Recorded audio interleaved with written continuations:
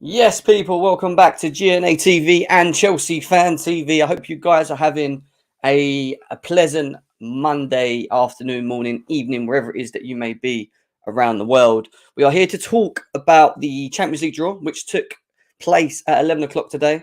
Chelsea have been drawn Borussia Dortmund for the first time in the Champions League. I think ever, actually. I don't think we've ever played Dortmund in a major competition. We might have played them in a friendly and whatever, but we're going to talk about that. And then we're going to talk about the absolutely shocking, abysmal performance that was Chelsea 0, Arsenal 1 yesterday. I am going to open up the lines later in the show as well. It's got to be spoken about. Some serious conversations. I was at the game yesterday. I saw a couple of people there that watched this show as well.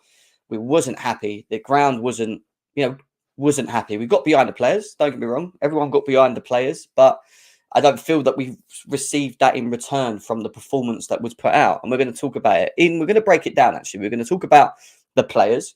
We're going to talk about Graham Potter specifically. And just want to talk about the overall feelings in and around the football club, the fan base at the moment, more than anything. And actually just discuss what we're watching, because it wasn't good yesterday. It actually really pissed me off. And for a good couple of hours of yesterday after the game, maybe even going into the evening, it wound me up. And what wound me up was more the performance than anything. And along with it, maybe a little bit in terms of what Potter was doing as well. So we're going to talk about everything on the show today. Going to be quite heated. Some people may agree, disagree. This is what it's about as a fan base. But we're going to talk about it overall. Get stuck in. Over 70 of you guys here already. Big up to every single one of you guys that is in here right now. Make sure that you're smashing the likes though, guys. Let's ring these likes up. Let's try and get over 100 likes as quickly as possible. We're going to go through the chat before anything. And before we move forward, let's cue that intro.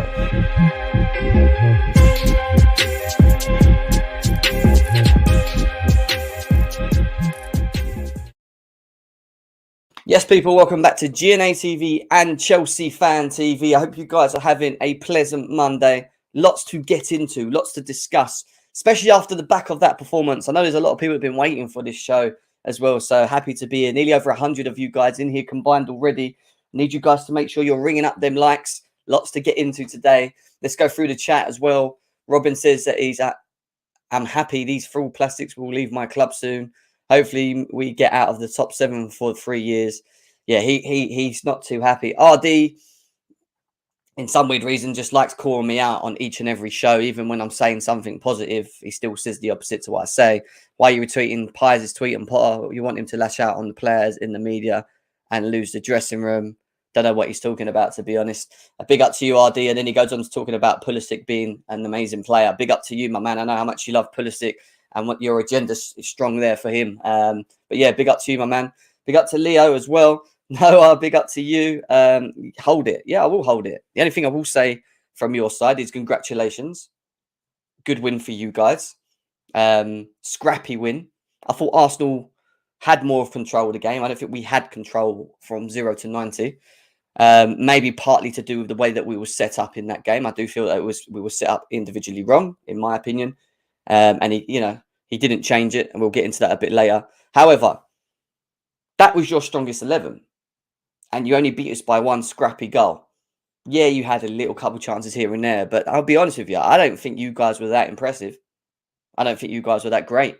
I just think, you took your chances when it came in. And if be serious, the goal itself was a shit goal. It was a meaty goal. It was a goal that just lacked concentration. One of probably the worst goals that I have seen this season from a team, from a corner. Probably goes up there in the top 3, maybe even top 2. That's how bad that goal was.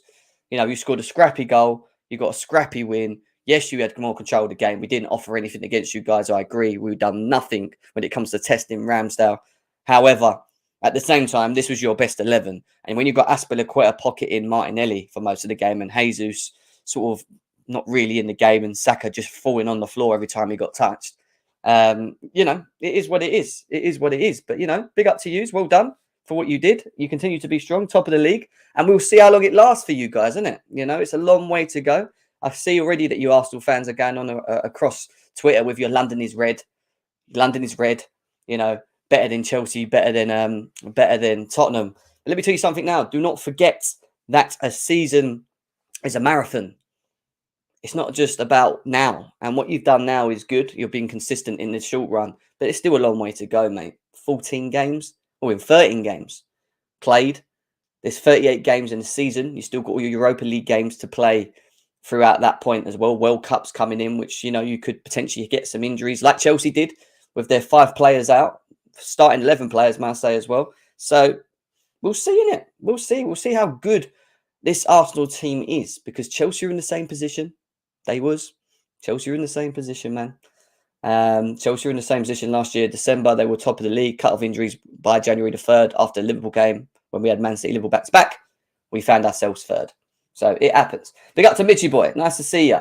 Stats yesterday have started. We're going to talk about Ruben Loftus-Cheek as well. I think the midfield was pretty sure. Big up to Lee Taylor in-house. Chelsea Database, nice to see you. Yes, we will be later in the show. Hiking with Martin, nice to see you.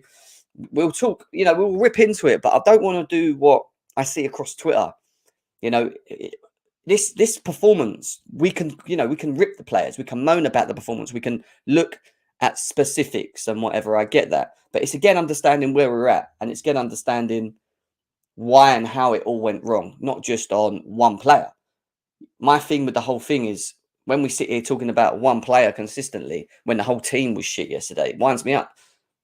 Because then it just shows to me that, you know, that the agendas are strong and hard, because all you care about is the emotional attachment that you have to that one person that you like or you fucking dislike. Take that out the window. Stop talking about one player all the time and talk about the football club. Talk about where it is. Talk about the players. Talk about the players and where they're at and what we know with this crop of players. Understand your football club and where they are at the moment. And then in yourself, you'll get a better understanding of Chelsea Football Club. Once you understand that yourself, then it's cool. But if you're just going to react to every one game that we play, and yes, we can react to this game because it was shit. It's one of the shittest games I've seen us play at the Bridge. On top of that, we got soaked going down there and watching it. We should have all got our money back after watching that game. In terms of output, in terms of playing for that badge. Not that one. Yeah, that one, or that one, or that one, or that one, that one. Any of them. All the same badge, actually. Yeah, big up to you, man. Big up to Colby as well. Big up to Andreas. Nice to see you. Who else we got? Is Shaq. Nice to see you, bro. Hope you're well. I'm depressed. Mate, I was depressed all yesterday. For me, it's the overall performance again, bro. You know, we're going to get into it very shortly. I have enough of losing against Arsenal. I know it's becoming an easy ground for them, man, and we're allowing it. They're not even playing us off the park. You know, individual mistakes against this team leads to them winning games. Lack of concentration for goals leads to them winning games. You know, it's just bullshit. Absolute bullshit. Big up to Sammy in the house as well. Liam, who else we got here? Blinds, big up to you. M3, Devandro, who else we got here? Jay, nice to see you. Jesus, JP, over 150 of you here. Big up, man. Big up. Chelsea boy, nice to see you. We're going to talk about the UEFA Champions League draw now. Quickly going to jump into that. Why are Chelsea so bad? Well, we're going to talk about it. We'll talk about it. We've got a donation here from Olu. Big up to you, says LOL, hard dose of copium going on here, is what he says. Big up to you. Thank you for the donation. Who else we got here? We've got so many chats going on here. Matthew, nice to see you, bro. Thank you for the donation. I hope you're well. He says, big up, Jem. Let's hope we will turn our season around and the UCL will potentially be our achievement. Well, maybe the World Cup couldn't come sooner. Maybe this little break in between actually helps us. We know that we're missing Reece James and other players. Maybe it allows players to, you know, to restore their fitness and be available for Chelsea. You know, maybe the World Cup happening for Chelsea and not having a December of games, especially with these with the crop of players we have and the injuries that we have, still is a good thing. Still, performance is not good enough. You know, even with a full fit team, and this is the problem. It's the inconsistency of the players that is a real issue at this football club at the moment. Big up to Jacob. Thank you for the donation, though, Matthew. Thank you, bro. Steve is in the chat. I just joined thoughts on UCL draw. We're going to get into that now. I hope you're well. They didn't, but that's worrying, Steve, isn't it? You know, we're playing against Arsenal at home, a derby, and we didn't turn up. We didn't turn up. You know, that's embarrassing. There's nothing more to say than other than that. But please like the videos, guys. I know we haven't got enough likes. There's nearly 200 of you guys here as well. So please make sure that we are getting them likes up. We've got over 80 people on GNA TV. Only 25 likes, guys. Come on, let's get this over 50 likes. on Chelsea Fan TV. We just reached over 110 people on here. Only 28 likes though, guys. Again, just get them likes up as quickly as possible, please. Kazi, nice to see you. He's saying, sack the coach and save our season already. I think that's a bit reactionary, in my opinion. The boys gave it their all. I was watching the same game.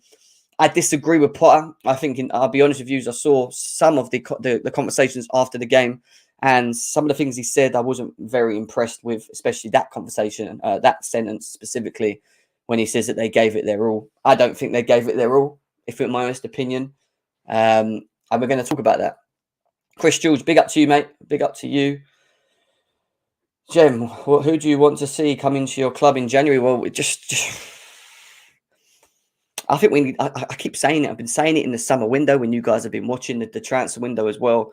The players that we bought were just not enough for this squad. And I keep saying that there's areas, specific areas that we need to improve on for this football club to be more consistent, for us to be more stable. And maybe we will get to see Potter's ideas more at that point as well. But when you sack a manager mid-season and you throw in a new manager and you give him players that were partly Tuchel players, some of the ones that have just come in, and then on the back of that, players going back to Sarri, and you ask him to try and make something happen, especially a manager with lack of experience, and he does have a lack of experience.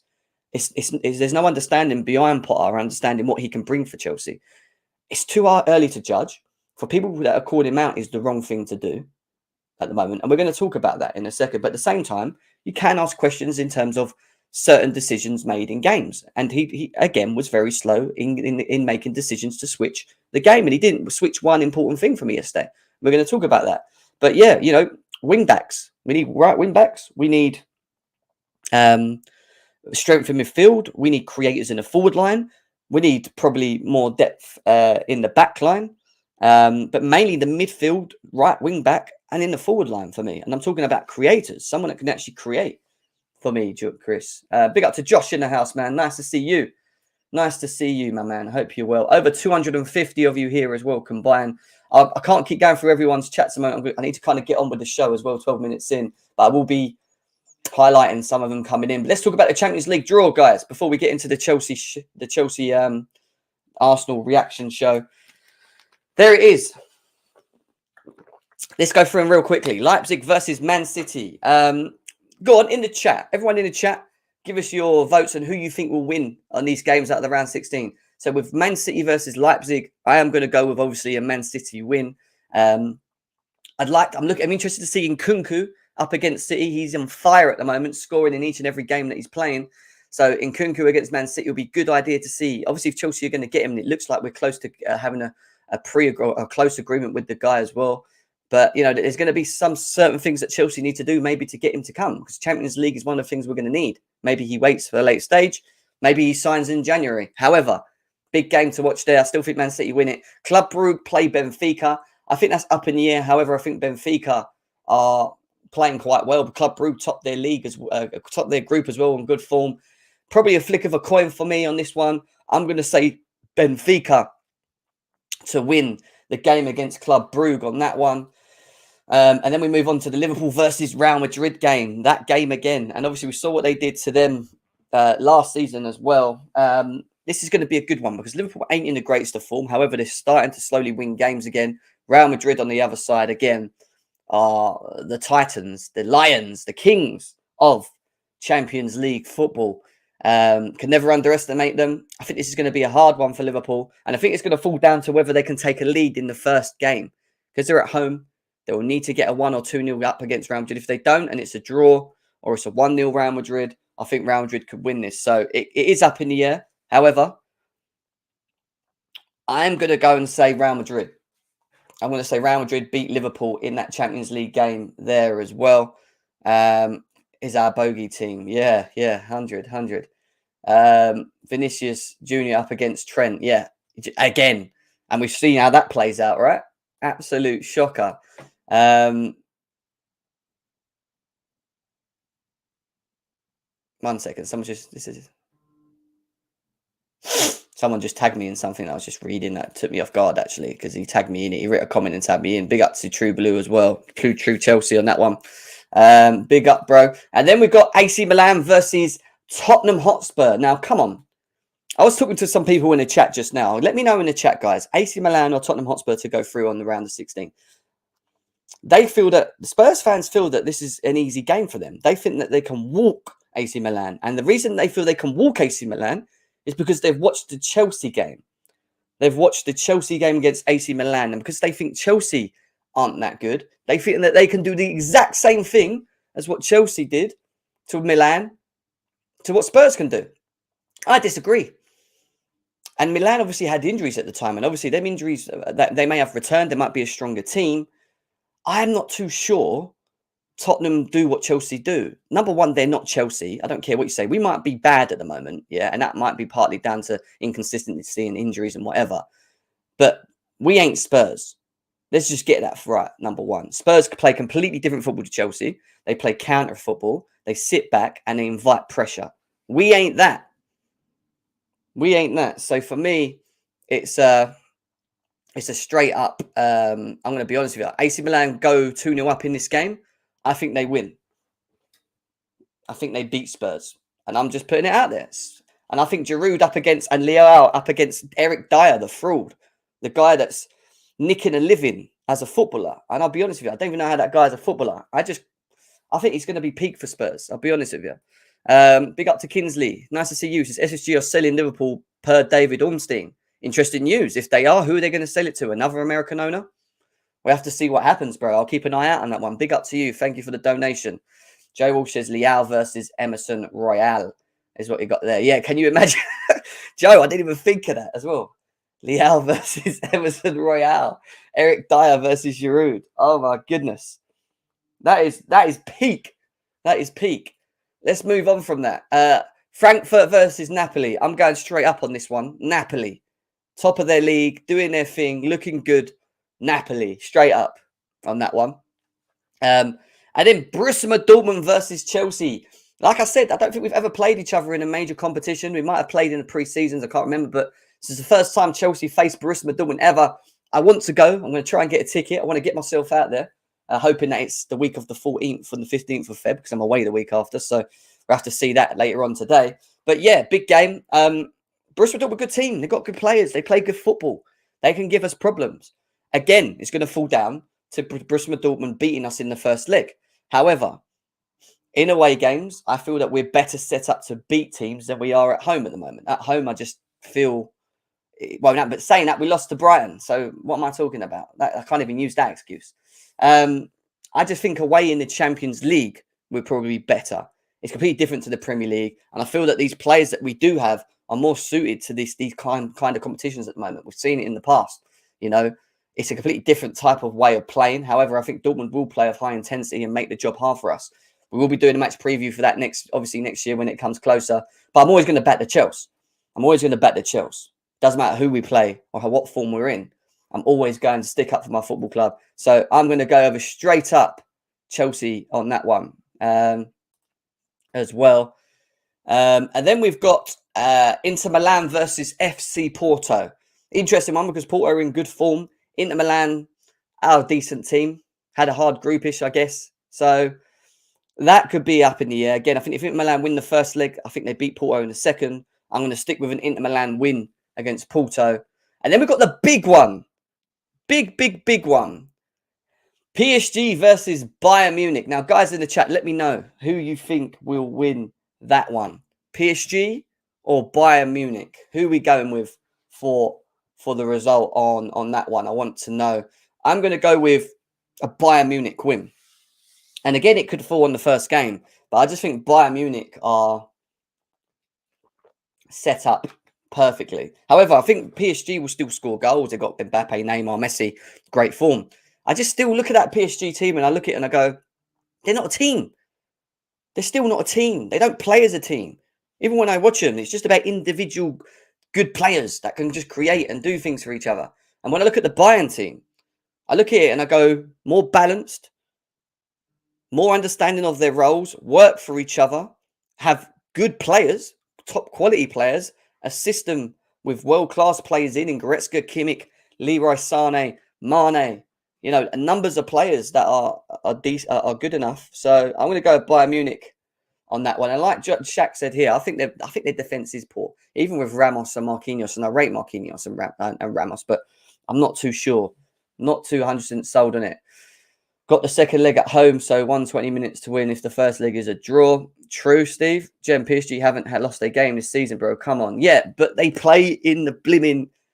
Number one, they had one of the easiest groups in the Champions League. Number two, they play in the French League.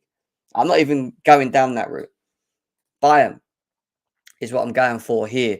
So, yeah, there we go. And obviously, just to reiterate on our team specifically, Chelsea will be playing away to Dortmund first and home at the Bridge. Away to Dortmund and at home at the Bridge. So, yeah, big game. Big game. Oh.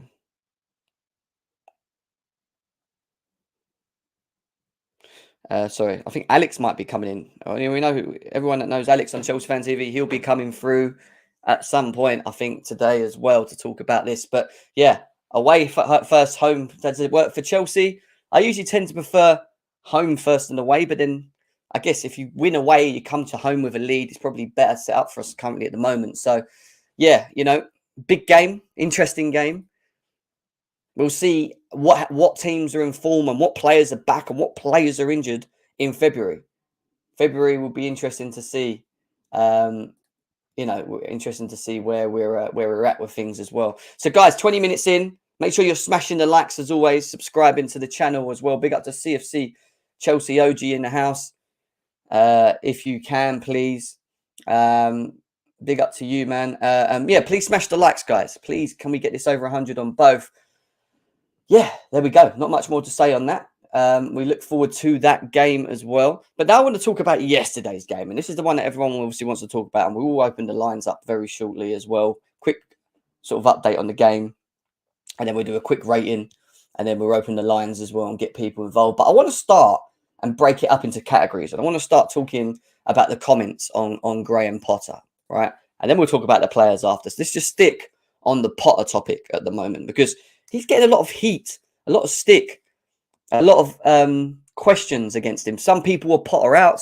Some people are saying give him time. Some people are questioning for what they're seeing, not sure if he's the right manager for the long run. Let's just get into it. Let's talk about it. Obviously, there's a comment here that says we're not in and this is from Potter himself. We're not in a fantastic moment as we speak, and in the end, I think Arsenal deserve to win. What does he mean by that? We're not in a fantastic moment specifically. I'm assuming he's reverting to form, but I kind of get the same rift and feeling as what Thomas Tuchel had when he was at Chelsea, and these specific moments. And I told you guys, and I keep telling you guys that this is going to happen. This Potter ball that you think that you're going to see straight away is not going to happen. And when we actually understand that and get to understand that a lot sooner, the better you understand where your football club is at this point. And we're going to talk about the players in a bit. However, we can't be playing like we did yesterday. I can't accept that throughout the season. I just can't. If we play well, but we lose games and we're not finishing and we're creating and we're just not, just not happening for whatever reasons. Yeah, we will moan about not taking our chances or whatever. But at least you can kind of take it in and see that they're trying to understand what he wants to do or are willing to try and do. But when you're playing the way that they did yesterday, and we're going to talk about the players later on, there's no excuses for effort. There's no excuses for not playing for that badge up there. There's just no excuses. You get paid enough money to just do some of the basics in football. Yesterday, we couldn't even do the basics yesterday. Why he says we're not in a fantastic moment at the moment, whether it's, again, the same issue we have with individual players. Let's just quickly, before I carry on, bring Alex in. Big up to Alex. Nice to see him here as well. Why he said this and feels this at the moment, mate, and I said it before, is that I feel that it's the same thing under Thomas Tuchel, the same scenario, the same issues, the same thing. And this is why I say look at the crop of players. But before looking at the crop of players, I want to stick to the Potter thing because he has picked up a lot of heat since this last game round, and people saying Potter out and whatever. But it is important that we understand where we're at with things. And obviously, he knows that we're not in great form. We are missing key players in certain positions as well. And you can see the team is struggling with it. However, what I don't like and what I don't want to see from this football club is we can lose games, but not lose it in the way that we did specifically. And we've got a comment here from Piers as well that goes on to say that in defense of Potter, the appointment time was ludicrous. Hiring a project manager who needs time to implement his style of play with no pre-season and a transfer window, then shoving him into a crazy schedule that does not sit well with me. Well, that then goes on to the board. That then you have to ask question marks as to did the board get it right? Now, at the end of the day, the board have kind of dug their own hole in this situation by getting rid of Thomas Tuchel so early and putting Potter in. But ultimately, I still knew that these teething problems were going to happen. These issues that we have were going to be an issue with Potter coming in. Because number one, you want him, he'll want to play his systems and do what he wants to do specifically, but may feel he can't do that with specific players that he has in the team, which again falls down to longevity. And maybe the board's looked at that and gone, look, we know that you may struggle to do what you want to do in this season, hence why there's no pressure on you now. However, we are still expected to get Champions League if we're going to attract the likes of Leao. We are, the Nkunkus, maybe the Declan Rices, whoever. So at the same time, it's a balance act, a bit like what Thomas Tuchel did when he was at Chelsea and he had, in his first season, and he had the crop of players and he was just trying to get them to play in a certain way where it just benefited them and we were winning and we weren't conceding goals. Eventually, he got backed. He got given the players he wanted, but then he went out the door.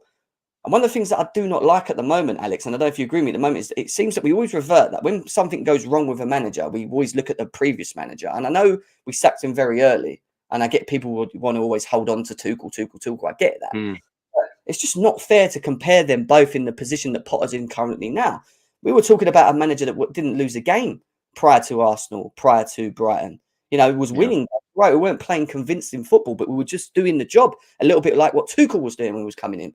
But these losses were always coming, and our fan base is too reactionary when it comes to it, And I mean, like, what's your thoughts on this whole feeling towards Potter? We lose a game, get him out, or whatever else. Like, what's your thoughts? Well, I mean, when I was doing the fan cams, usually I like to debate with people. I like to question people. Why do you feel this way? If something's like this, what about this? But I couldn't argue. I couldn't argue. I just had to sit there and listen, and it was painful. It was almost therapeutic in a way because I completely agree with what most of the people were saying. But nobody was saying Potter out. I do want to clarify that no one said that. It's all social media. people type. They won't say it on camera. And you can't take that seriously, in my opinion, because if people aren't going to put their face out and really back it, then who are you supposed to believe? Anyone can do it. You said it yourself. I mean, we compare previous managers. I think Tuchel's a bit different because he actually did a great job, and he was doing a great job. Let's not take into consideration we only had a few bad results, right? He was doing a fantastic job. He unified the fan base, one of the hardest things to do. He brought trophies in consistently, and we were building a project. I mean, when was the last time we could honestly, genuinely say we were building a project with a manager we absolutely believed could go for 5-10 years? I can't remember one. I can't.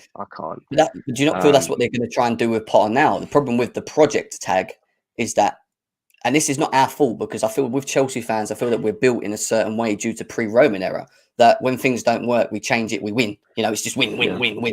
And it's the short-term win, success of winning, which is what's in our minds at the moment. But when we talk about projects, it's the complete opposite to what Roman built at Chelsea, because it then means that you're bringing in managers and a board who are still putting the pieces of the puzzles in, as we know at the moment.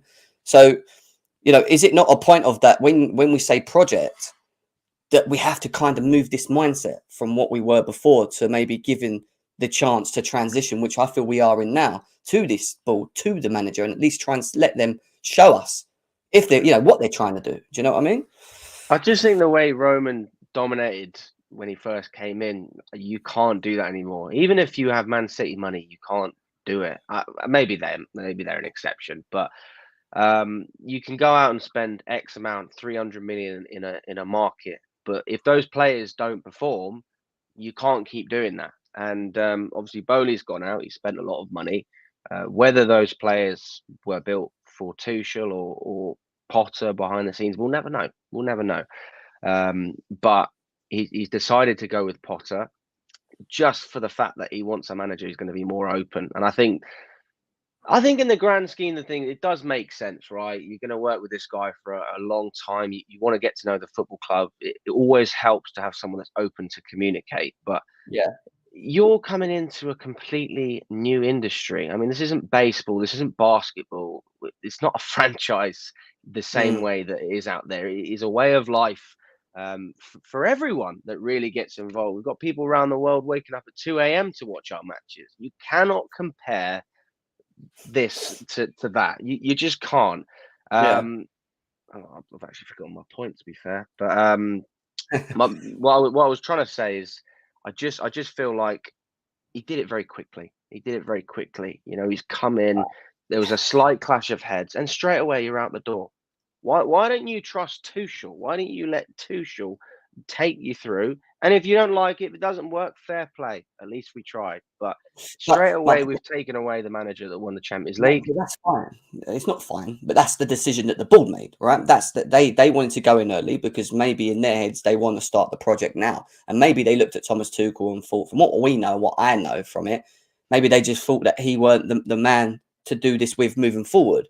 I do feel maybe that it was more down to communication, and I don't really think it was specifically to do with player power, which some people were using. I think this is more to do with a lack of communication in the summer between Tuchel and obviously the board. And obviously there was talk about him having arguments with Egbali in America over pre-season because Egbali wanted him to report on every team after every time they were training, he wanted him to report back to like, how's the feeling, this, that, and the other. And so obviously I don't think Tuchel was used to that kind of thing. You know, it was like, he's always having to report. So from what I understand, there was just a lack of communication and whatever. Now I want to look past Tuchel because how many times do we talk about Tuchel and revert to it? He's gone now, unfortunately. And what he did at Chelsea, he's still great in winning the Champions League. And I want to sort of stick on the Potter thing as well, because obviously Johan come out here saying Potter out shouts are crazy. If you trust him, cool. If you don't trust him, cool. But he's been here 2 months.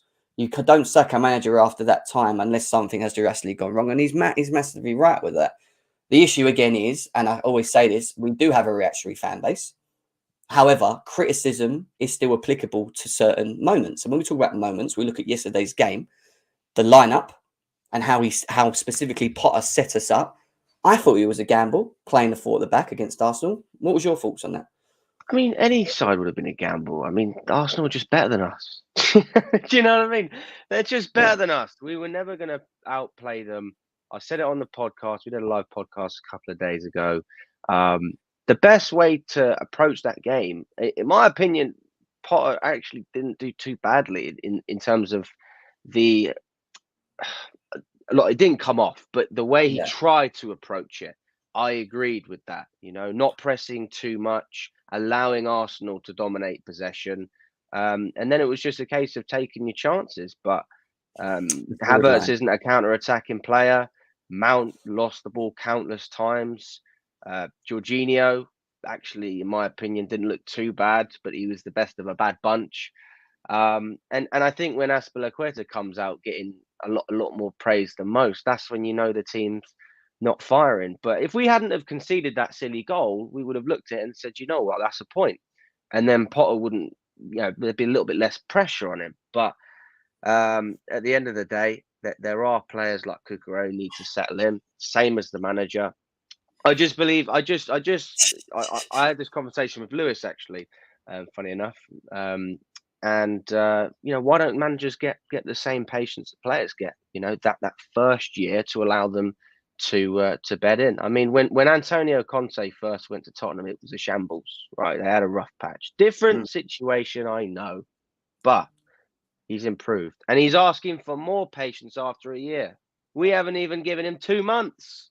And people are saying Potter out. 2 months. 1 game. Well, 2 games, do we say? Not even that. What annoys me about the fan base is the reaction we have to 1 or 2 games. I know we're not playing well at the moment, but we weren't losing games. You know what I mean? So it was like a thing of like, come on, guys. for me, I'll be honest, Alex, like I understand where Chelsea are at the moment. Yeah, I do get annoyed at the end of games when we don't win still, or I moan about the way we're set up or the players and whatever. But in my back of my mind, I still know that we're nowhere near where we need to be. And I've always said that we're going to win games, we're going to draw games, we're going to lose games. We just are, and we're going to win. We're going to win ugly, we're going to lose ugly, and we're going to draw ugly. It's going to continue to happen. And I just don't trust, and I've been saying it for so long, I don't trust these crop of players. I've gone past what Lewis does. Because what Lewis does is talks about one individual all the time. And he talks about Kai Havertz. And yeah, that's his agenda. You don't like him. That's cool. I get that. Yeah. But I've gone past that because the whole team didn't. And I'm talking about the whole forward line didn't even tick yesterday. Kai Havertz was on for 60 minutes, right? He came off after 60 minutes. What happened after that 60 minutes? What was the improvement? There wasn't any. No really. And why was there not? If the forward line ain't ticking, the chemistry's not there, we can't even take a shot against Ramsdale, which we didn't. It was shocking. I was so fumed by the lack of like trying to do something from the team. It was like they couldn't even get up the pitch, especially in people like Sterling, who had an absolute stinker yesterday, who we're going to talk about in a bit, But it goes to then looking at how Potter set us up. He stuck with the back four the whole 90 minutes. We had no control of the game. Maybe that was part of the plan, like you said, because he wanted to maybe catch him on a counter with our forward line. But the forward line weren't ticking. We didn't have the chemistry. So if that's not working and the system in itself is not working, what do? Switch it to a back foot. Give us a bit more control. It's what I would have done, but he didn't. I absolutely love what you've just said. Why are you not changing things in that match? Why are we not changing things? And there is one manager that we can compare to who got so much criticism, so much hate, undeservedly so, in my opinion. And I believe if he was still the manager, he would have done really, really good things for the guy. I think we'd be challenging up there with Arsenal, up there with and that's Maurizio Sarri. Now, this man was an extreme. I mean, I don't remember one long goal kick in Stamford Bridge when Sarri was the manager, but that was what he wanted to implement, right? And no matter how bad we were, that was what he wanted to do. Okay, the reality is he came into a squad. Antonio Conte had managed, Mourinho had managed. Those managers aren't aggressive. They hoof the ball up a lot and they'll give up possession. So it's a polar opposite style of play. Now it is a bit different coming from Tuchel, because Tuchel actually likes to play as well. But Potter's a very unique manager and he likes to play a unique style of football. Why would we want to take away that genius? If it's a case of becoming a punching bag for a season and just rolling with it, so be it.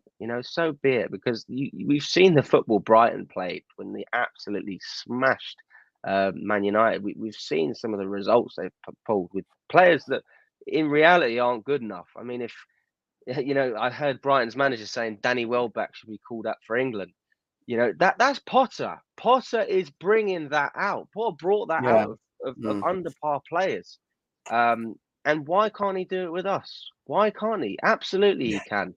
People think that just because we're a bigger club and we have more expensive players, they're going to be better quicker. It's the same process, just in a different way. The only difference is there's more eyes on us. And because of that, there's a lack of patience. I think there's an unknown with Potter, and I think because of the unknown, a bit like our board, I feel there's an unknown across Chelsea because we don't know what to expect and we don't know what philosophy the board want to go or try to do with this football club yet, because they're still trying to put the pieces of the puzzle in the background. And that's cool, and that's going to take time, and I'm down with that. I'm sure most Chelsea fans understand that. Yeah, we want to see the philosophy, we want to see what they want to do, but we know that it's not happening anytime soon yet, even though I feel like they are trying to speed things up. And then you go on to Potter. And you look at the appointment and, the crop of players that he has. I agree that he wants to maybe play the way he wants to play and do certain things. But then I feel it just goes back to the whole situation. And I don't want to keep going back to Tuchel, but when you look at the squad he had and what he tried to do with the team, I do feel that we try and accommodate players to play in certain positions. And some of these players that play in our team are not, I don't think are versatile enough to adapt. I think they're very limited in how they play. So it's about trying to bring the best out of what you have, right? Until you get yourself to a window and whatever else. I think Potter is trying to get him to play how he wants to do things. I Of just course. think I do think that we lack a couple of major things in the team. You look at this comment here from Piers about the lack of touches Aubameyang had, the lack of touches Mount had, Sterling's completed dribbles and whatever. Now, what annoyed me about the players yesterday is the basics in football, because when you're on that pitch, I expect you to run your heart off. I expect you to play for that badge, even when things ain't working. I expect you to do basics like take players on when you have the ball, especially if you're a dribbler like Raheem Sterling is. I expect players to try and just, get stuck in, do things. And yesterday, I don't feel that we got that from them. And when they do that, and then we lose like we did yesterday, where we didn't have any chances, we lost control of the game. It didn't feel like we really, tried to do much. Even at half time, I thought they might come out a bit different and try and get when that happens, I can't accept that. And I don't think as a manager of Potter, he will last long if we play like that week in, week out. I think you can agree on that. We can't play like that every week. It's just not going to happen. Do you know what I mean? Yeah. So the problem with Potter is it's the unexpected. No one has an expectation. It's a bit like the ball. We don't know what we're going to get from him. Is it going to be a Fergie-esque thing in terms of do Chelsea back him 3-4 years down the line? He then brings longevity to this club. He builds his system, structure, and whatever. You can look at Arteta. You can look at Klopp. These managers were given 4 or 5 years, 6 years plus in terms of Klopp to do what they needed to do. Is that the route that we're going to try and go with Potter? I just don't think that this fan base is ready to, not all of them, because some do understand and most do understand, but there is some that just can't grasp the idea of just not winning. And I think we can agree. We both think we need top 4. We do need top 4. We should be. We're not going to finish in the top 4. No, but we need it. We do need it. No, to attract players like Leao and Nkunku, we do need to finish in the top 4. I feel. I think it's something you need. You think Tottenham are more attractive?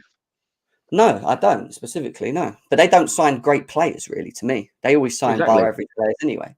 That's my problem. I want to sign top players. If it's all about top 4, then I understand where you're coming from, but I actually think it would be hugely beneficial for us to not finish in the top 4, whether that's Europa or Conference. So be it. And that's not me saying I want us to finish there. I just think that you need to stay a few steps backwards to go further forwards. That's fair enough. The reality is when you look at the squad depth we have compared to last season, it is a travesty. When you look at the signings we've brought in, they weren't properly thought about. Whether that's due to the managers, again, I don't know. We're trying to accommodate players like Sterling, who, in my opinion, he needs to play a certain way, and we're not going to play that way. It's like Lukaku. We're not going to play a way that Sterling benefits from. Why did Lukaku not perform? Because we don't. Chelsea have always tried to play as a collective, but the striker has always had to do things the hard way. Every good striker we had made things happen. We never had an Aubameyang. We had a Drogba or a Costa, a Hasselbank, a Good Johnson. Those are big players.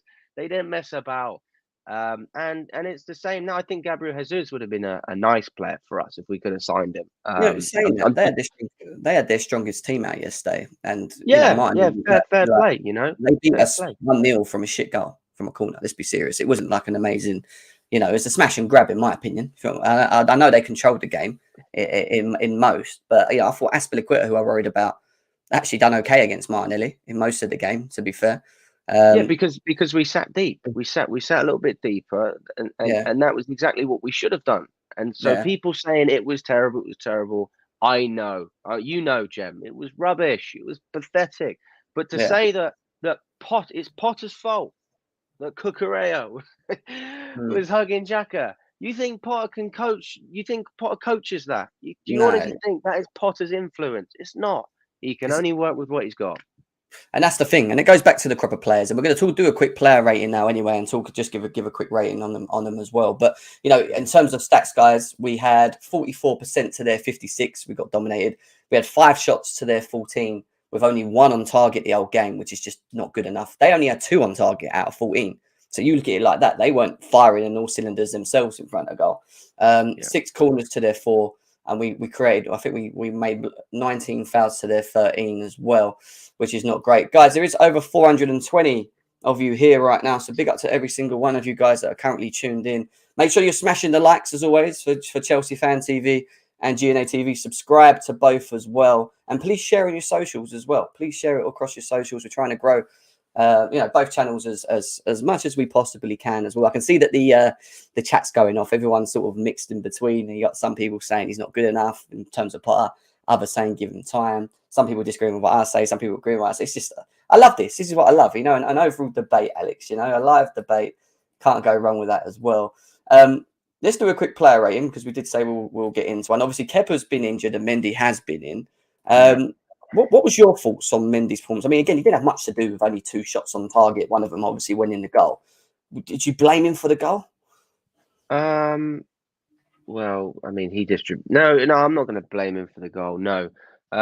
I mean, it's not even Silva's fault really because he had no options when he gave the ball away. And Mendy actually made a save. So you could say in a lot of ways Mendy did what he needed to do. But for me, it was the distribution. It was with his feet. I kid you not, Jem. Were you in Matthew Harding last night? Oh, was Matthew Harding lower? Yeah, Matthew Harding. So you saw exactly what I saw. We were shitting ourselves. I kid you not. Every time Mendy got the ball, it was like, get rid of it, get rid of it. He even had a little conversation with Thiago Silva. He was saying, "What are you doing? Get rid of it." Yeah. So for me, Mendy was fine. He was fine, but I would have rather had Kepa. So it's like a 4 or 5 out of 10. Not great, nothing special. But one of those. I think it's, again, I'm not going to look at Mendy too much in this game. He's one of the last players I'm going to look at. I think, could he have done better with a goal? I don't know. I mean, it sort of just went through for me, it should never have got, that ball should never have got where it did so easily for it to have even gone into that position, to be honest. I'll probably give him a 5.5 out of 10. There's not much more to say. Cucurella, I'll be honest with you, I'll give you a quick rating. I thought he was poor yesterday. I thought he struggled. He kept giving silly free kicks away. Even his passing, which he's usually good at, moving the ball forward quickly, he didn't look comfortable in doing. Gave, for the goal, I don't know what he was doing. Why was he just hugging the guy and just standing there static? I don't know what he was doing. I would be honest with you, I think it's a solid 1. I mean, just in his defence, I will say the fact that he's been moved around in a lot of different positions, centre back, wing back, maybe he just needs a bit of rhythm, but that's still not an excuse. It was poor. 100%. Some people are saying -2. Jimmy looks lost. He did look lost. He done a really weird header to Thiago Silva, which nearly allowed Jesus to get in behind in the second half. It was just he just didn't look comfortable, and I don't get it because he's at natural position is obviously of a left back, so he should be more comfortable in that, but just the whole team didn't look right yesterday. Goam's put in a super chat. He says Graham Pouliot has us playing beans on toast Burnley ball at home against Arsenal. # trust the process. Big up to Goam in the chat as always with his crazy comments and that. Big up to you, man. Big up. We move on from that. Thiago Silva. What was your thought? I mean, I had no issue with Thiago Silva. If anything, he stopped Arsenal from scoring more. I remember when Jesus had a great chance, he put in a fantastic block. But he was lacked. He didn't have options in front of him. That was one of the reasons we conceded the goal. It's just a case of him not having players around him that knew what their job was and knew how to do it. So because of that, he may have looked worse, but I think he was fine. 6 out of 10. Yeah, I'll go over 6.5, even a 7, maybe even a 7.5. 7. Because between him and the next person that we're going into, I thought they were probably our best players, along with Aspie, actually. In terms of that. I know he weren't great yesterday, but I don't think they had a bad game. And when you look at people go, well, Silva can't play back four, I think he was fine. I didn't see any issues with that. And especially next to a Chalobah who has pace anyway. That kind of helps in many ways for him as well. Absolutely. He uses this, as he does in most games, to put himself in the right positions, which is important. But yeah, big up to Thiago Silva. I'd probably give him a 7. Trevor Chalobah, I'll be honest, I would be short and quick with it. Other than the Brighton game, which I thought everyone was bad, I thought today he was pretty pretty decent. I thought he'd done all right again. I'd give him a 6.57. Didn't do anything wrong. I like Chalobah. I'm glad he never left in the summer when when we were talking about letting him go. Look, he's been important and he's shown it since Fofana's been injured. What are you saying, Alex? Yeah, it was a pretty standard performance. And when you don't have to speak too much about players, it usually means they're not doing too much wrong, and he flies under the radar. But no complaints, no complaints. Forward, I did send you the link, mate. If you did want to come in, it's with you now, mate. I know he likes coming in and joining us for the ratings. So yeah, you have got the link. We'll move on to Azpilicueta. Surprisingly, I was worried about him against Martinelli, but again, I thought he actually done quite well for a declining Azpilicueta, as we all keep saying. Give him a 7. It might be. I think he still waits with the ball a bit. He doesn't help in that instance, but in terms of defending and doing the role, he's just not got the quality. I don't even think it's wasteful. I think he's trying to do the right things. I think he is doing the right things. He's just not as good. That's the reality. So you can't criticize someone when you know they don't have the ability. But yeah, fair play to him. 7 out of 10 is absolutely fair. Forward, welcome to the show, mate. I hope you're good. I will get your thoughts on the overall game in a bit. I just want to fly through the player ratings because these do drag out otherwise. So let's just quickly, because I know there's a lot to talk on the players now. But Azpilicueta, what was your thoughts on his performance? Yeah, obviously happy to be on. And yeah, I'll keep it short and sweet with Aspi. Listen, I'll probably just give him a 6. Again, not as bad as I thought it would be going into the game. Defensively did okay at times against Martinelli, although on a couple of occasions, of course, let him come in a bit too easily on his right foot, putting crosses, get some shots off as well, which didn't help. And obviously going forward, as usual, it's night and day the difference we get from him and Reece James. So I'd just give him a 6, pretty much that. Fair enough. Now let's move into the midfield, shall we? Because I want to talk about Ruben Loftus-Cheek, and I'm going to be honest with you guys. He should have come off for me. He was struggling, especially in the first half. He wasn't helping Jorginho in any shape or form. He just wasn't. He was wasteful with the ball. He got caught in possession a couple of times. He was non-existent in the battle of the midfield, I felt. And I was crying. Like, Kovacic is sitting there. I don't know how fit he was, but even Zakaria was on the bench.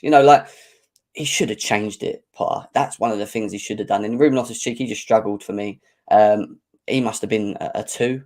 Not even that for me. I actually thought he was bad. I really thought part of the reason why we struggled to transition out and actually try and win the midfield and move the ball forward quicker for the crap forwards that we saw was partly because the midfield was struggling in itself and it wasn't controlling the game and making mistakes in itself. So yeah, what would you say, Alex, on Ruben? Yeah, I mean, it's the same sort of thing as Dave. Obviously, Dave played much better, but I don't expect Loftus-Cheek to be lighting it up. I don't expect it because he's not. He's always proven when given real stints of playing time, he can't be consistent. So I just think that's something for Potter to learn. Maybe he doesn't know too much about Loftus-Cheek in that sense, but he's certainly getting to know him. And yeah, I feel bad for the guy. I feel bad for him. What are you saying, Ford? Yeah, obviously, I feel like I'm one of very few fans in the fan base that actually rate Ruben and see like him as a player, as a person. Obviously, yesterday again was undoubtedly a poor performance, and it's not the first time in a big game where he's looked, I wouldn't say out of his depth, but certainly struggling. And again, I obviously blame him a lot for that. Again, everybody looked at the mistake that he made, which led to Jesus' chance in the first half where he dribbles on the ball in a bad area, and he obviously gets pickpocketed. And again, like a lot of our midfield and attackers struggle to really get the ball in areas where he wasn't like instantly pressed and make things happen. At times he put himself about a little bit physically, won some aerial duels in that, but ultimately not good enough. And I think for me, especially with Ruben, I look at your position on the pitch and I just feel like he's never been comfortable playing that deep, especially against a team that want to press you that high. And again, I have to look at the management again. Again, it's a similar theme where managers are playing him in this position that I don't think is good for him, but at the same time, he's got enough experience to play in this position. He's played it many times before, and I've seen him play it better than he digested it on many occasions. So, not a good 75 minutes from him. I think he did come off for Kovacic towards the end of the game, and he was poor. He was poor. So I'd probably give him a 2. And that's being nice. Yeah, Curtis says Loftus shouldn't even be at the club he's woeful. I think he's a decent squad player, personally. Fantastic squad player. Absolutely. Yeah, brilliant. Again, this is what I say all the time with Ruben. Like, let's say he's our fourth choice midfielder. That's better than the likes of McTominay at United or El Neni at Arsenal. Like, that's a good squad player to have, and he's proven himself. I just feel like, again, he should be playing as an advanced 8, not in a deep lying 2. And at times yesterday, he was deeper than Jorginho because he got marked out the game. But ultimately, I thought fans are quite harsh on Ruben, but it is what it is. When you're missing Kovacic, he was injured and couldn't start the game. Kante's out. Yeah. You have to rely on Ruben in games like this, and ultimately he wasn't good enough. But again, I still feel that Potter should have brought Kovacic on earlier. He left him well too late to bring him on. Why did he leave it that long? I don't know, in my opinion. But we move. I think from what I know, I think he was just advised only to give him 20, 30 minutes at most. I think that's just what the recommendation from the doctors were. So that's why he didn't start. Yeah, fair enough. Jorginho, I'll be honest with you. I'm not his biggest fan. I ain't. I don't think he's amazing. But yesterday I thought he'd done as much as he possibly could in a team that was lacking control, which he usually likes to or gives us. I just felt in terms of getting stuck in and trying to win balls back and do his job as much as he could. He tried. Again, I just feel he's very limited. Once you get behind him, the defense is open. And there was a couple of times yesterday where he got caught in behind and the press was there and he isn't able to recover and get in space. However, in the same time, I felt in the midfield, he's probably the only player that actually, for me, had an okay game, if you'd like to say, and tried to do what he could. Probably a 5.56. I'll give him a 6, to be honest, for Jorginho, for me. Yeah. What are you saying, Alex? Yeah, completely agree. I obviously you could see too much when he was on the other side of the pitch, but when we were defending in that first half, he made some great interceptions, and you can only work with what you've got around you. And you said it, he's limited in what he can do. His job is to control the tempo, and if he hasn't got players making runs, if he hasn't got the support around him, you can't really expect too much. But I do want to also say I think on the pitch, I think he is a leader. I think that's underrated. I don't feel like people pay enough attention to those qualities. So I do think he gets criticised a little bit too much. But yeah, one of our better players yesterday, and certainly if he's going to be the only player who's up for games like this, he does deserve a new contract. 100% forward. Again, like you, Jim, I'm not the biggest fan of Jorginho. I do recognize his leadership qualities, and I think he's a big part of the way we play. Because, I think a lot of way we play is designed around his strengths, and that's why I have to mark him very low, because he got marked out of the game. Again, I've watched the game back. I watched it from home, but I've watched the game back again where you're not under the same sort of adrenaline and enthusiasm of supporting your team. You can really see it for what it is, and a big part of why we got dominated is because Odegaard sat on him the entire game, and he really struggled to influence the game, which is why the likes of Ruben was have to drop even deeper to get on the ball. Same with Mason Mount had to drop really deep to try and get on the ball, and it just didn't work. And I don't think he done enough to get free of Odegaard and get in a position where he could dictate. Again, he did play a couple of nice forward passes, which again was more than what Ruben offered. But for Jorginho, who again is meant to be kind of our main midfielder, just not good enough. And again, in a game like this where he's not able to do much on the ball, you really see all of his frailties off the ball. And again, not winning the ball back enough. At times when he goes in to intercept the ball and the ball goes past him, then he's left really vulnerable. And again, there's a lot of space for the likes of Ruben and Mount to try and cover the spaces around him. So yeah, I'd give him a 4. And again, playing like this, again, this isn't how I want us to play. But if we're playing like this, or we're resorting to long balls, then essentially we're better off having Zakaria as a DM, because we wasn't progressing the ball anyway. So it's one of those ones where I think at least Zakaria might have given us a bit more control. We had no control. Do you know what I mean? Like, might actually. Yeah, I mean, that's what. 100%. That's control, not from being amazingly good on the ball, but it's because he can at least win a few more duels, like break away from a player, and then at least open up a bit more space for somebody else. So yeah, 100% agree. For me, Jorginho, I'd have to give him a 4. I don't think I can give many players above a 5 today because it was just that poor. It was just that bad yesterday. Curtis Barrett with a donation again. Thank you for the donation, bro. Says we have a squad of wannabe models, not star players. Fair enough. That's it. That's again your opinion, and I respect your opinion, mate. Thank you for the donation there. I think people really want to get onto the forward line again, and talk about who they hate and don't like or do like. And here we go. We might. I mean, let's start with Mason Mount. I'll be honest. I'll start this one. These are conversations that Minerals. If you're watching, mate, I'm sorry. Sorry, but this is. I'll be honest with you. He was a ghost today. He struggled to get involved. He didn't help the midfield defensively. He had that 8 role, which I feel is his best position, but didn't offer enough in the game. Didn't win any real tackles. Didn't really help moving the ball forward. I don't really know what he was doing in this game. I'll be honest with you. I don't really know where he was or what he was trying to do.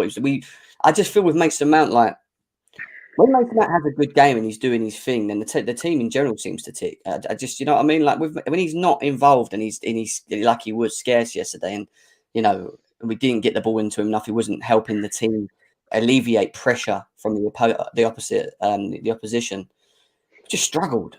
And what was it? You know, because we're going to talk about all these forwards now and slag them off because they were crap and they deserve it. Don't get me wrong, but you know you can only look at why and how, and even in the basics of them doing the most basic things like linking normal 1-2 passes and running off each other, and you know doing them little things that you do for any team, forgetting the system.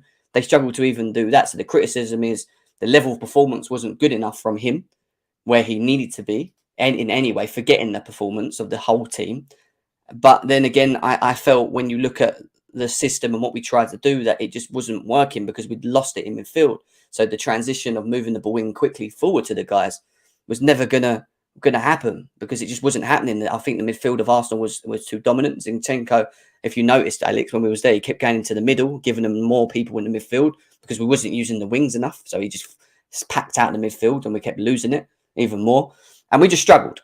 So I'll be honest with you, I thought Mason Mount was a serious 1 or 2. That's how bad I thought he was yesterday. I mean, Alex, what do you say? Yeah, I mean, for me, a lot of the times I don't see it as badly as others, especially this season when they talk about Mount's performance. But this was the first game where, I mean, you said he was a ghost. I think the opposite. I think it was noticeably bad.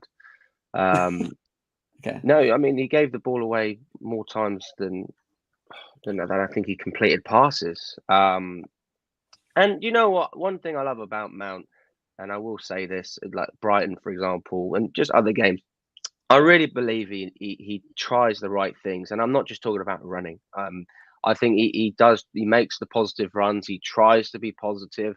And he does keep his head up, even when he plays like that. You know, the reason he keeps messing it up is because he keeps trying and he keeps going for it. And that's all great. And there's only so long we can defend it. For me, Gallagher is a like for like. I think Gallagher has all the qualities that Mount's got. I think he's a very, very similar player. I think he can score just as many goals. I think he can create just as much. And I actually think defensively, you know, he's great with the press as well. So for me, if you are going to drop Mount, you could put him in that number 10 position instead of Havertz potentially, but I think Gallagher for Mount in the next few games would certainly be a shout. Forward. Oh wow! I mean, just it's difficult to put into words like some of these guys' performances and like my thoughts on them, because again, Mount is a player that I do like and I do rate like generally, but it's difficult when you see him perform like that to really back him in any sense. And again, not in terms of like, oh, we shouldn't be at the club or anything like that, but it's difficult to support these players when they perform so poorly like this. And like, Jem, I remember the last couple of shows I've been talking about like Mount in a deeper position, and I've always felt just like you and many of the fan base that he suits playing as an 8. But in recent games, whether it's been like in the last 20 minutes when we're changing things up, or some games when he does start as an 8, I don't feel like he's comfortable as an 8. He looks like an attacker playing deeper, whereas before he looked like a midfielder playing as an attacker. So yeah, it's not good to see for his development in general. And again, like I said on our last show, he is essentially our talisman, our marquee attacking player. He's a player that we built a lot of the attack around, whether you like it or not. And again, there's a lot of fans that look at him and say, oh, he's not even a patron like a Juan Mata, let alone an Eden Hazard. And that's true. I agree with that. That's not to put down Mount. That's just the facts of it, really. But the fact that we're putting so much emphasis on Mount again shows where the club is at. And again, Mount isn't good enough to carry this team by himself. I also have to look at Potter tactic, and we'll get into him as well. But tactically, the way he changed things from Zagreb, I'm very disappointed in. It didn't help the team at all play Mount where he did, which we'll get into. But yeah, for Mount, I'm gonna give him a 2, and that's because I want to reserve some lower rating for other players. But yeah, he gets a 2. That's just not good enough. Fair enough. Yeah, I still feel that his perfect position is that. I just feel the lack of consistency in their performances, and even along with this guy who we're going to talk about now, doesn't help, you know. And Kai Havertz came on for 60 minutes, and I think with Kai Havertz, the issue with it is the price tag, because it's heavily always looked at with the 70 million, when we expect him to be the Eden Hazard of our team. That's what I feel. But when you look at his ability and his attributes, he just isn't a dribbler. He isn't that, these things. And look, he was poor yesterday. I wasn't happy with his performance yesterday. And I keep saying, to get the best out of Kai Havertz, you have to play him in that 10 role. We did it yesterday, but he just didn't. We didn't see it. I mean, he got the ball. He went past Saliba once and down the wing and took him on quite well. Don't get me wrong, that was once. But then other than that, he slips on the ball in one point. He got pushed off the ball easily. He tried to link up with Mount in the box and make runs and take, and he took off what I think was a weak shot with his right foot into Ramsdale. Again, it's a case of like, he doesn't disappear in terms of just standing around for me. He gets himself about, and you can see he tries to make runs and do certain things, but you just expect so much more from him, because I think there is much more in him. I do. It's just that I don't know whether he's going to do that at Chelsea, whether he can be consistent enough to do that. And at the moment, he's not being consistent enough to do it. Whether it's a system problem, whether it's the way we set up, whether it's the lack of creation, whether it's the lack of dribblers around, because we don't have enough dribblers around. I don't know. I think it could be a couple of things with him. However, it wasn't good yesterday. And I'd easily put another 2 on him, as what I did with Mason Mount, in my opinion. It wasn't good enough. I'm not going to sit here and defend him about it. I don't know with Kai Havertz. He came off in 60 minutes and we continue to still look poor. So this is my thing. Does it go past just looking at the individual, even though we can give them 2s because they weren't good enough? And do we then look at how we were set up and what we could have done to maybe change it, give us a bit more control, do something fucking different, Alex, what are you saying? Yeah, I think it was a setup. I think I was speaking to Lewis yesterday, and Lewis says he's a luxury player, and I agree with that. After thinking about it, we need to play possession-based football to get the best out of Havertz. He's not a counter-attacking player. We saw his crosses when you're running at pace. I mean, for God's sake, he couldn't even whip in a diagonal ball. I mean, that was bad. That was bad.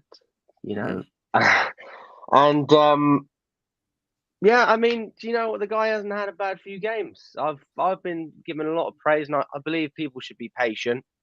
And I also think that Potter's made an exceptional effort to fit in Havertz. I think that he's played Mount in a different position. I think Mount would benefit more, if he was playing in that position. I think Havertz has been given a lot of chances, but in this, do you think they hinder each other, Alex? Do you think Mount and Havertz sort of hinder each other? Absolutely, and Gallagher. There's 3 for you. That's the problem. I mean, Mount and Gallagher, in my opinion, are 2 very, very, very similar players. And then you've got Havertz, who's different, but he still has that energy. He's still, he's still got that mentality. He won't stop trying. I know people say, "Oh, you can't keep talking about that," but I mean, you've seen over the years there's a lot worse you can do than Havertz. So I can always support that aspect of his game, but yeah, the way we set up was never built for Havertz. And Gallagher, I think, would have done a lot better in that game if he started. Yeah, maybe from the intensity side, getting stuck in, winning the ball, helping the midfield. I think Gallagher and Mount, maybe that gives us a bit more. I mean, also making players look good around. I mean, Aubameyang, if Aubameyang had one of those balls in the box, it would have been a completely different game. And you look at anyone else could have made that ball. For some reason, in that final third, Havertz just seems to slow down. I mean, sometimes I see some of his shots, and it's like Jorginho. It's that bad. It is. There's no power. There's no power. And it's not a criticism to his ability. We know he's got it, but for some reason, that final third, even when he went through in the second half, I don't know if you remember, Obviously, they called offside. We all said, to be brutally honest, I didn't think he was going to score anyway. I was like, "Go on, Kai!" It's just like I was like, oh, I mean, I fuck's was sake. loving it, but you know, I don't know. I mean, I can't. I don't know why people are expecting a lot when they're not seeing a lot. But I do believe that, given time and being played in the system, playing possession-based football, that's going to suit Havertz. And from what we saw in the past couple of games in Brighton, just- I think he was our Yeah. standout player alongside Gallagher. Salzburg, he played well. Don't get me wrong; it's not Arsenal. We're not playing teams He at the just top of the table, but it's still it's improvements and it is more consistent. So if it's one game off, all right, fair enough. If it's two, That's if he does this yeah. against Newcastle and Man City, then I'm going to have to hold my hand and say, you know what, fair play. That's the problem, though, isn't it, with Kai Havertz? It's just a lack of consistency in his performances. But then we say that for all of them, because when But we bought Raheem it's also Sterling, lack of consistency with the managers because they don't play him consistently the way he needs to play. And that's why I do give Potter credit, because Potter's done that, in my opinion. Yeah. So the onus is on Havertz to perform. 100%, I agree with that. I think he does need to be more. I mean, forward. What are you saying, man? Listen, my good friend Kai Havertz. Jem, I've told you about this guy for a long time, bro. I've said he's not good enough for the club. I've said we should sell him. I'm hoping he's going to be sold in the summer. And listen, when people have got on my back about, oh, look at that goal he scored for Germany, he's back. Oh, look at the goal against Wolves or the screamer against Salzburg. Oh, he's back, he's back, he's back. Oh, forwards in the mud, this, that, the other. I'm like, all right, cool. Like, these are decent moments, but for an 18 million pound player, for a player, people are talking about being the first German superstar, generational talent, all of this. We need to see more than just a moment. We need to see more than just a couple of games. We need to see a run of good games. We need to see months of good form. We need to see good seasons, because this is your third full season at the club now. There's no excuse about COVID, adapting to a new league. There's no more excuses. In fact, you're now playing in your best position. And yet people are still asking, people are still confused about what are your best attributes? What football suits you? Because my good friend here said that counter-attacking football doesn't really suit him, and that's interesting because I can see why you think that, having watched him yesterday, because he was terrible. But at Leverkusen, a lot of their football was based on the counter, which is why he had a lot of success playing in like a right wing position. Also playing as a false nine, as a 10. He had a lot of success playing on a counter, and I think a lot of his attributes, like running at full speed, usually his decision making in the final third, or at least in transition, is quite good, which suits counter-attacking football. But none of that was on display yesterday. I don't say this lightly, but that was, for me, the most frustrating performance I've seen from a Chelsea player since Bakayoko at Watford. It was that bad. And it was even worse on rewatch. Sterling, I'll be honest with you, but yeah, we move. Yeah. Oh, we'll talk about Sterling, and I've got some interesting thoughts on Sterling yesterday. But Havertz was disgraceful. He was a disgrace to the badge. He was a disgrace to the club. Falling on his ass, like just embarrassing. I mean, he slipped. Instance It's when not, he didn't fall, he slipped. I think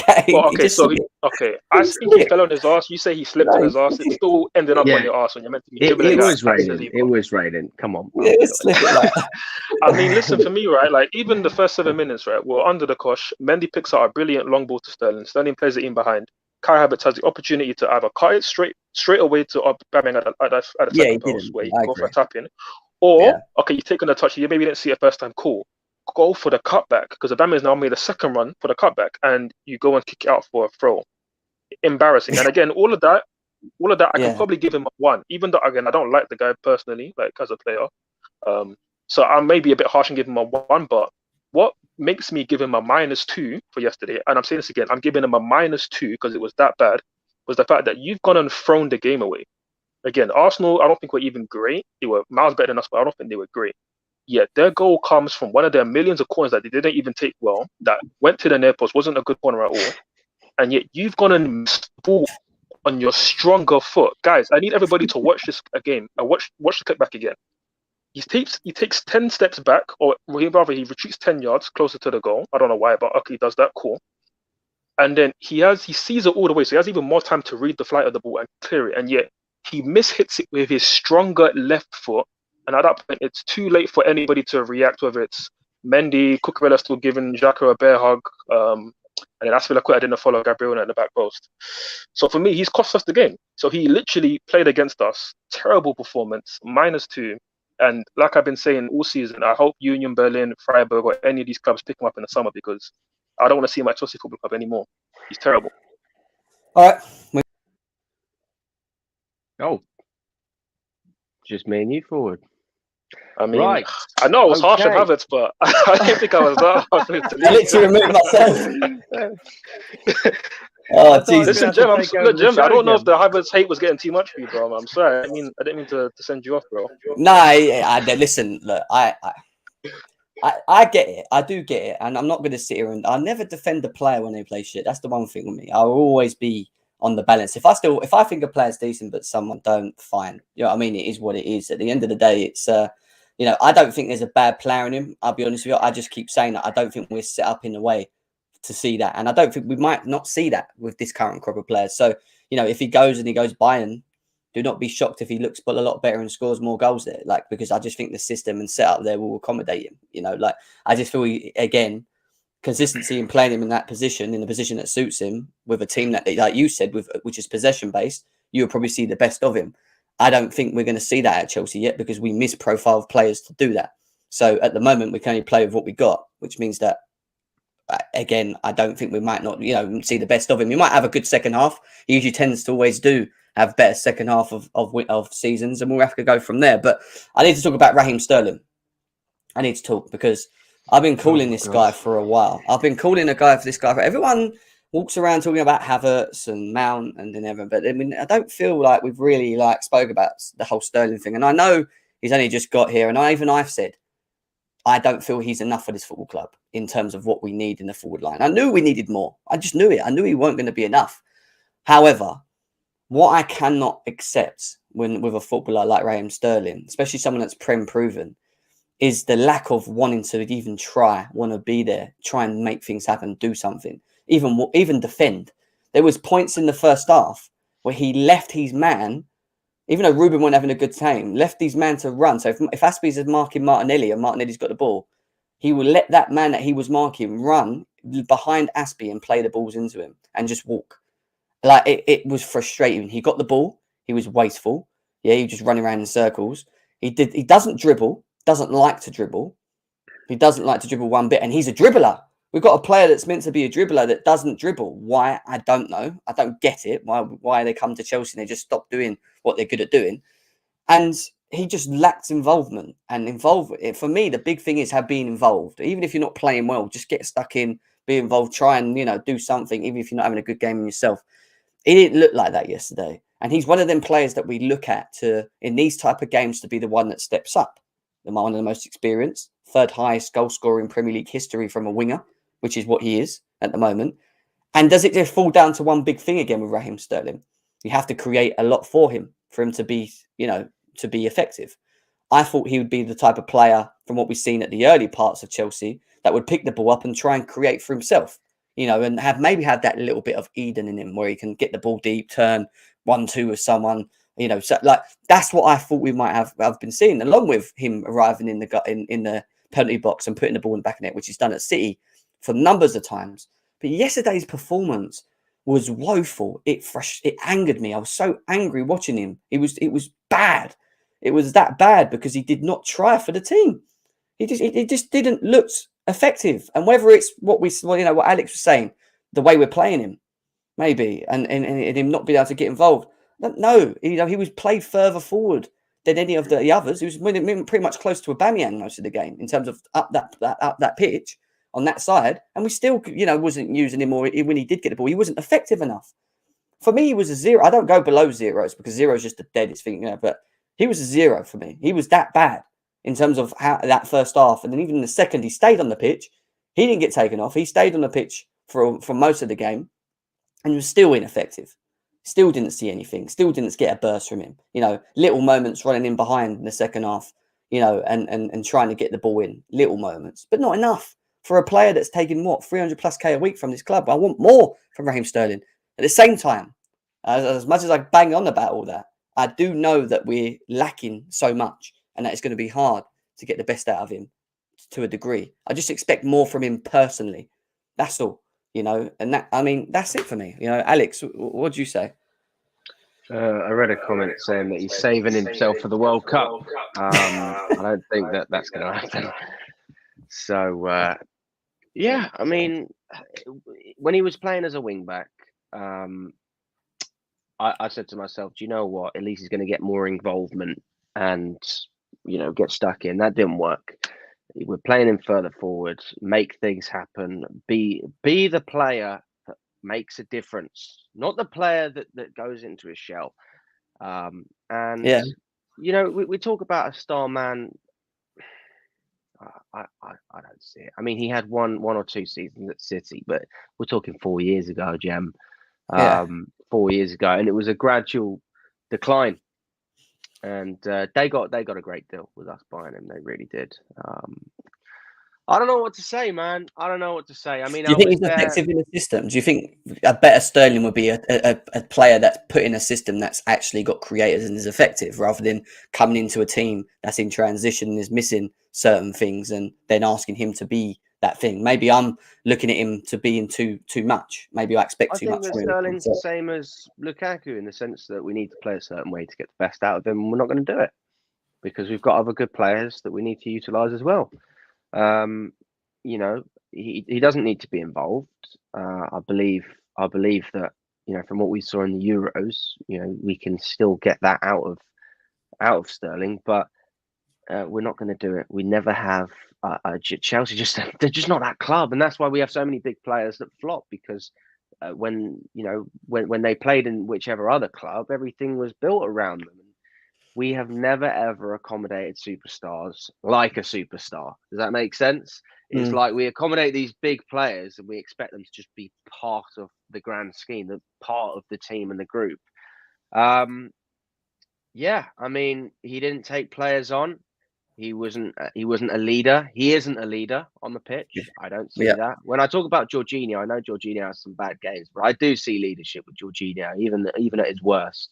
I believe that there's a leader in there. I don't see that with Sterling. I don't. And yeah, just being the player when we're on the counter and you're 1-on-1, like, we've got nothing to shout about. Even if you give the ball away, you've tried. We don't even have that. So yeah, 0 forward. I mean, please tell me what you think of Raheem Sterling. I'm interested. I will. I mean, I'll tell you what.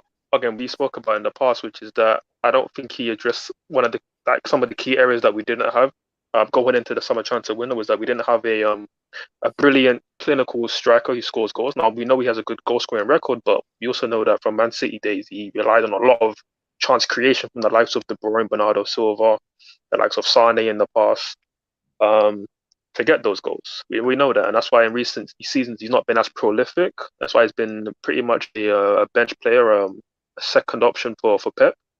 So I know that we didn't sign. We're not going to necessarily get a 25-30 goal season, Sterling. I also, again, Jem, you said that he's a dribbler. I don't really see it like that. I think he can dribble, and again, I think for England he showed that he could progress the ball up the pitch more often, and I hoped we would see that version of him at Chelsea. But that's never really been one of his USPs for me. I don't think he's a brilliant dribbler like an Eden Hazard or anything like that. I think he's more relying on his. Pardon? Can he not take players on? Do you not feel? He can, but I don't think he's great at it. And certainly in the final third, again, I agree with your criticism that he should be trying to be more direct, because he's got the ability to try and do it. I just don't think he's great at doing it, which is why he doesn't do it as often as maybe people want him to. I think that's just the facts of it, how I see it. I do agree with you defensively that he didn't offer enough. Now, having watched the game back and listened to Potter's press conference, I do think that tactically he wasn't really tasked with dropping all the way back in like a natural right winger would. So having watched it back, right, for me, my perception is that off the ball we played a 4-2-3-1, which with Kai Havertz as a 10, Mount kind of as like the left mid lamb / kind of left centre mid, because when we were on the ball he would kind of drop in and be a left centre mid, and then Sterling off the ball he was a right mid. But then as soon as we got the ball, he sort of like played like right wing / split striker. And again, this is the thing with Potter. Naturally, we don't play with a set formation. It's sort of like it kind of like blends between one or the other. So that's kind of how we were playing, right? So he and Oberke were kind of split strikers with Kai as a 10 when we were on the ball. When we were defending, they didn't track all the way back as often as maybe we would expect them to, but I don't think they were really instructed to do that. So obviously defensively, he didn't help a lot, but but that's kind of down to the system. Now, in terms of his performance, I agree. Final third, he could have done more in terms of dribbling and whatnot. I don't think he was as bad as some of our other attackers. I think I would go as far to say he was our best attacker yesterday, which doesn't say a lot because they were all terrible, granted. I think Couch Critic brought up a good point that he played some really good balls in behind that weren't capitalized on. And I counted at least 4 really good through balls that were to Kai Havertz on a couple of occasions, Broyer as well. He got in behind with one of his first touches. So he does play some good balls in behind, which I think is part of what he did at City. I think he's used to that kind of football where they play direct passes in behind and get players into situations where they can cut the ball back. And I feel like he at least offered that, which is more than what our other attackers offered. So I personally would give him a 2.5, maybe a 3, which is pretty decent compared to the rest of our attackers because I thought they were poor. But ultimately, no, I'm not going to say that that's a good performance from Sterling and that's worth 50 million and 300k a week. No, it's not. But at the same time, I'm not going to really criticize him for what I know he wasn't going to really bring to us. I ultimately know that he wasn't a match winner in the same way like an Eden Hazard was. I just know that he's not going to bring that, which is why for me, unlike a lot of other fans, I just was not excited about the signing of Sterling. I just know that you need other creators around him to make him better. And if you're relying on him as your main creator, you're going to be in trouble because my last point on this is at Liverpool, when they were a title challenging team, he was their tertiary threat alongside SAS, which was Suarez and Sturridge. That was an amazing tackline. You also had Gerrard behind him. He was a great creator. For Man City Centurion season, he had Aguero and Leroy Sané. He was Young Player of the Year. And you also had David Silva, De Bruyne behind him as well. A ridiculous team. And then in recent seasons, you've had the likes of, again, Aguero, he's been a bit declined. You also had Bernardo Silva, Phil Foden. And you saw that you didn't really see the best version of Raheem Sterling in those teams, which is because he had a lot more responsibility. And I think now in a team where he has the most responsibility, you're going to see him struggle because ultimately he's just not an individual player full with a lot of ability. He relies on his teammates, and we don't have the system or the teammates around him to get the best out of it. Yep, and I absolutely air that, what you said, to be honest, 100%. And I think with Raheem Sterling, he's going to be here for the long run. And I just think, again, we're just going to have to see what pieces of the puzzle that we bring in at a later stage. And hopefully that then enhances his game and we have a better structure, a better system, a better philosophy, understanding of where we're going as well. So we'll have to see at a later stage. But I do still expect better performances from him, just individually, just try and get involved in whatever else. I'll be quick with Aubameyang. He only had 6 touches the whole game. He was non-existent. We didn't get him involved enough. He did make some good runs behind. We never fed him through. Struggled to get involved in the game. I keep saying with Aubameyang, to get Aubameyang in the game, you have to create for him. He's not going to be a Didier Drogba where he's like, do you know what, things ain't happening for me. Let me go deep and scruffle and get involved and get the ball and then take players on and then hold the ball. I don't know. I just don't look at him as that all-round striker. I just think you put him in the box. You create for him and you get him on the end of it and he scores them. And, he's got the movement to and the understanding of where to be. You can see it. Again, it just falls to lack of creativity and this, the people behind giving him that. And at the same time, he didn't get involved in the game. He couldn't really help the team and the forward line do anything. And I have to give him a 1 because 6 touches in a game is just shocking, or 0. It don't really matter, to be honest. But do you blame him or not? I don't know. I mean, Alex, what's your thoughts on it? Well, if he's getting in the right positions, he's doing his job. I don't think it's as bad as what you're saying. It would have been a different game if he got fed. And I think one thing we can say this season that we couldn't say last season is if you do deliver, you have a striker who can score, which is refreshing. But we don't deliver. We haven't delivered. And it doesn't look like that's going to change anytime soon if we keep the personnel we have. For me, if you're getting in the right positions as a striker, and we know he can score the goals, he has, in my opinion, even though, don't get me wrong, it's not every game. I do believe he's going to be a success. I can't criticise Aubameyang too much. I really can't. So much to say, it's a pretty average performance, just like a 5. Okay, fair enough. I mean, forward, what's your thoughts now? I just felt I gave him such a low score just because he was so not involved, But what are you saying?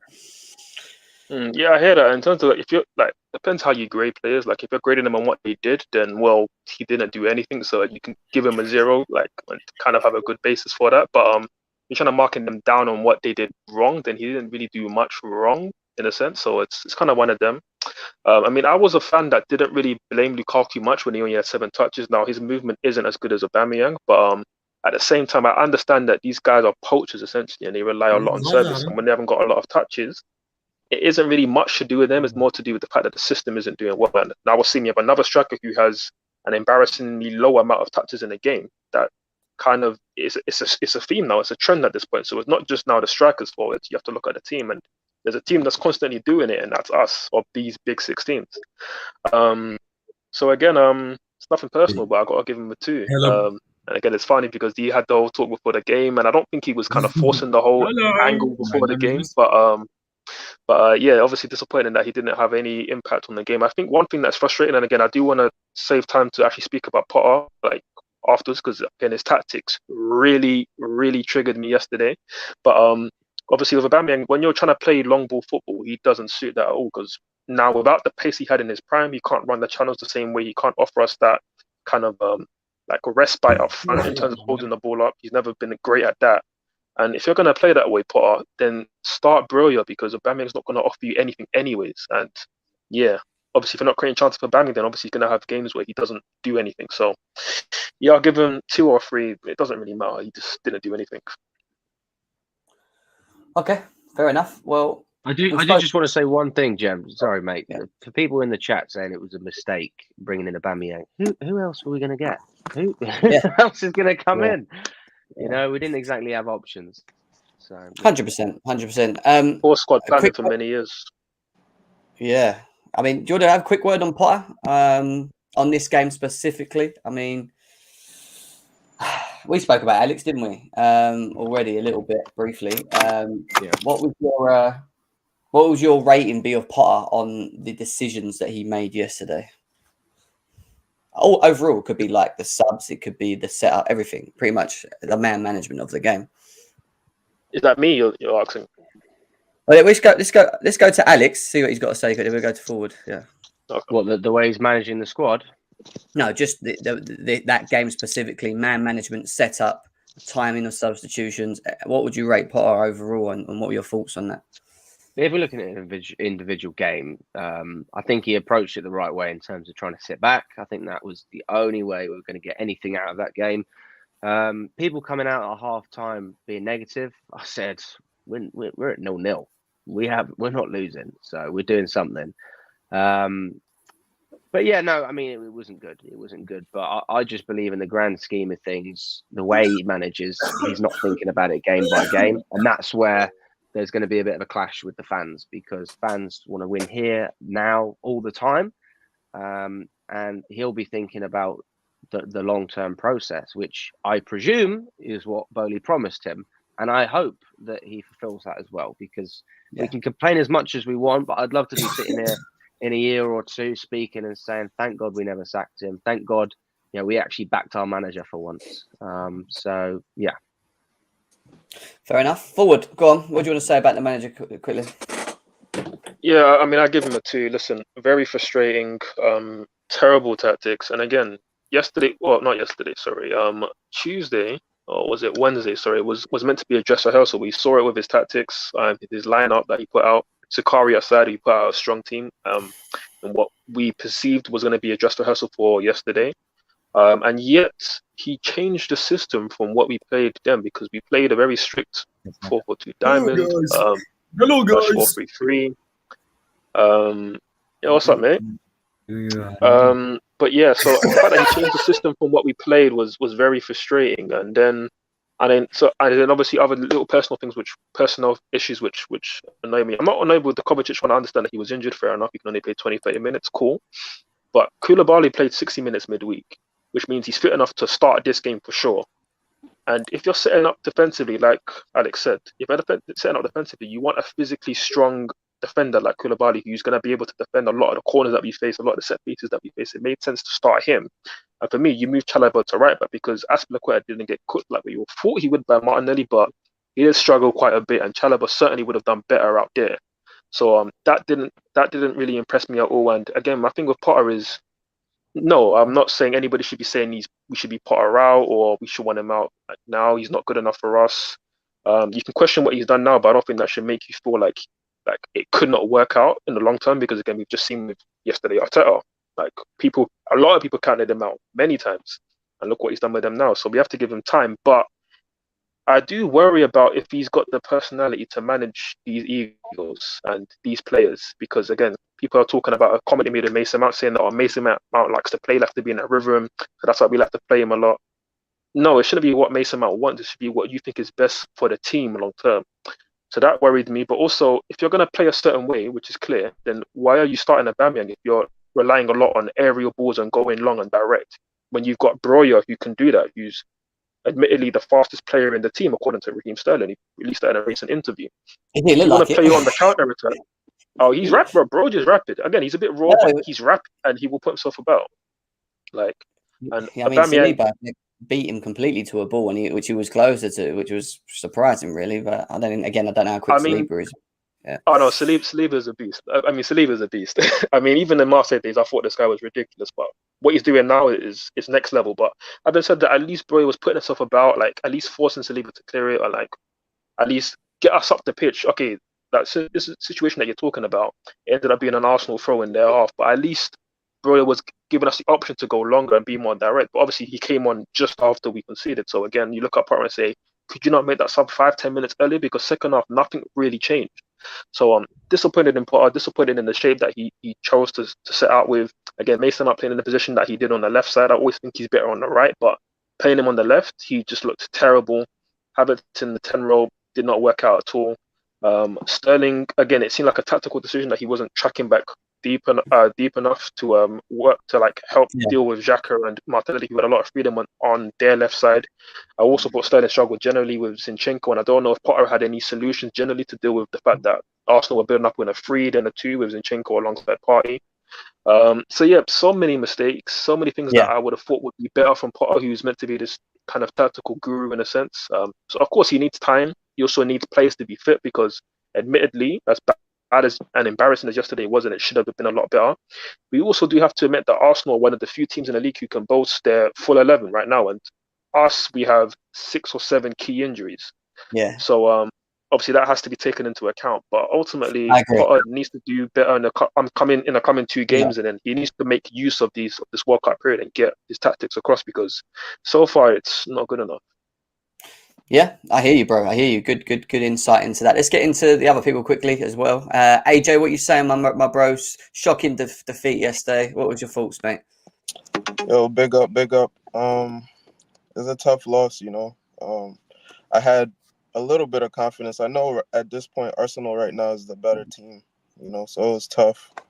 But I mean, going into the game, being a Chelsea fan for so long, you're used to like that big game mentality, and then on top of that, just beating Arsenal. But over the last, 3-4 years, it's been tough. I'm regarding Potter, I know a lot of people are upset with Potter or they think he didn't set us up right, but I think he did the right thing. I think that platform of the 4 defenders and the 2 midfielders was what we needed to do. Now, I think ahead of that, we should have stuck with the 3-1 instead of the 2-2. Because I don't think that we have the combination play or just the skill set of players to execute that game plan properly. You need dribblers in the team. You need people who are clinical. You need people who just understand how to complement each other and combine in tight spaces. And I don't think Mount and Kai and Raheem are a good mix of attackers. I think it should have been Pulisic and Zakaria should have been in the midfield, because now you have somebody to complement Partey and Xhaka. They were just dominating the game.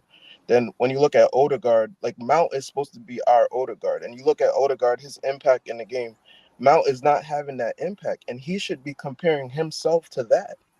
So I think we set up okay, but I think the forward areas wasn't set up properly.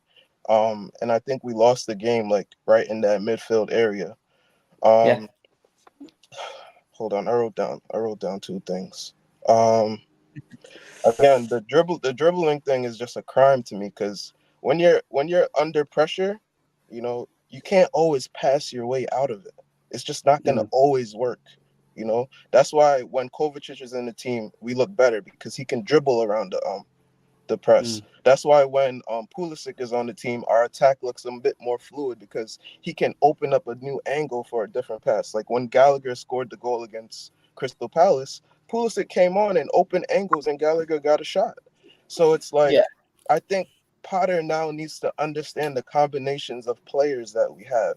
He needs to just get that combination down pat. But I think the play, he set up the team okay again, like I said, but he just needs to understand who needs to play with who. Mount and Kai, they like to occupy similar areas. So it's not going to work going forward. Defensively, I was surprised that Azpilicueta, you know, he held his own. He didn't really get beat by Martinelli too bad. He didn't give up a goal, you know. So I think he outperformed what we were expecting. Everybody was saying, "Oh, we can't start Azpi, and we can't start him in a 4." But he proved that wrong. Now I don't know every game if he could do that, but he proved us wrong. On the other side, Cucurella, he didn't have the best game, but again, Saka didn't have a direct involvement in a goal. He gave up a few fouls. He got a card, all of that. He had his silly moments, but again, defensively, he did his job. We need to understand that these are defenders. They did their job. It was 0-0 at halftime. The game was still there for us. It was still there, but it was still there, but it wasn't. It wasn't there. Look, listen, we rode our luck.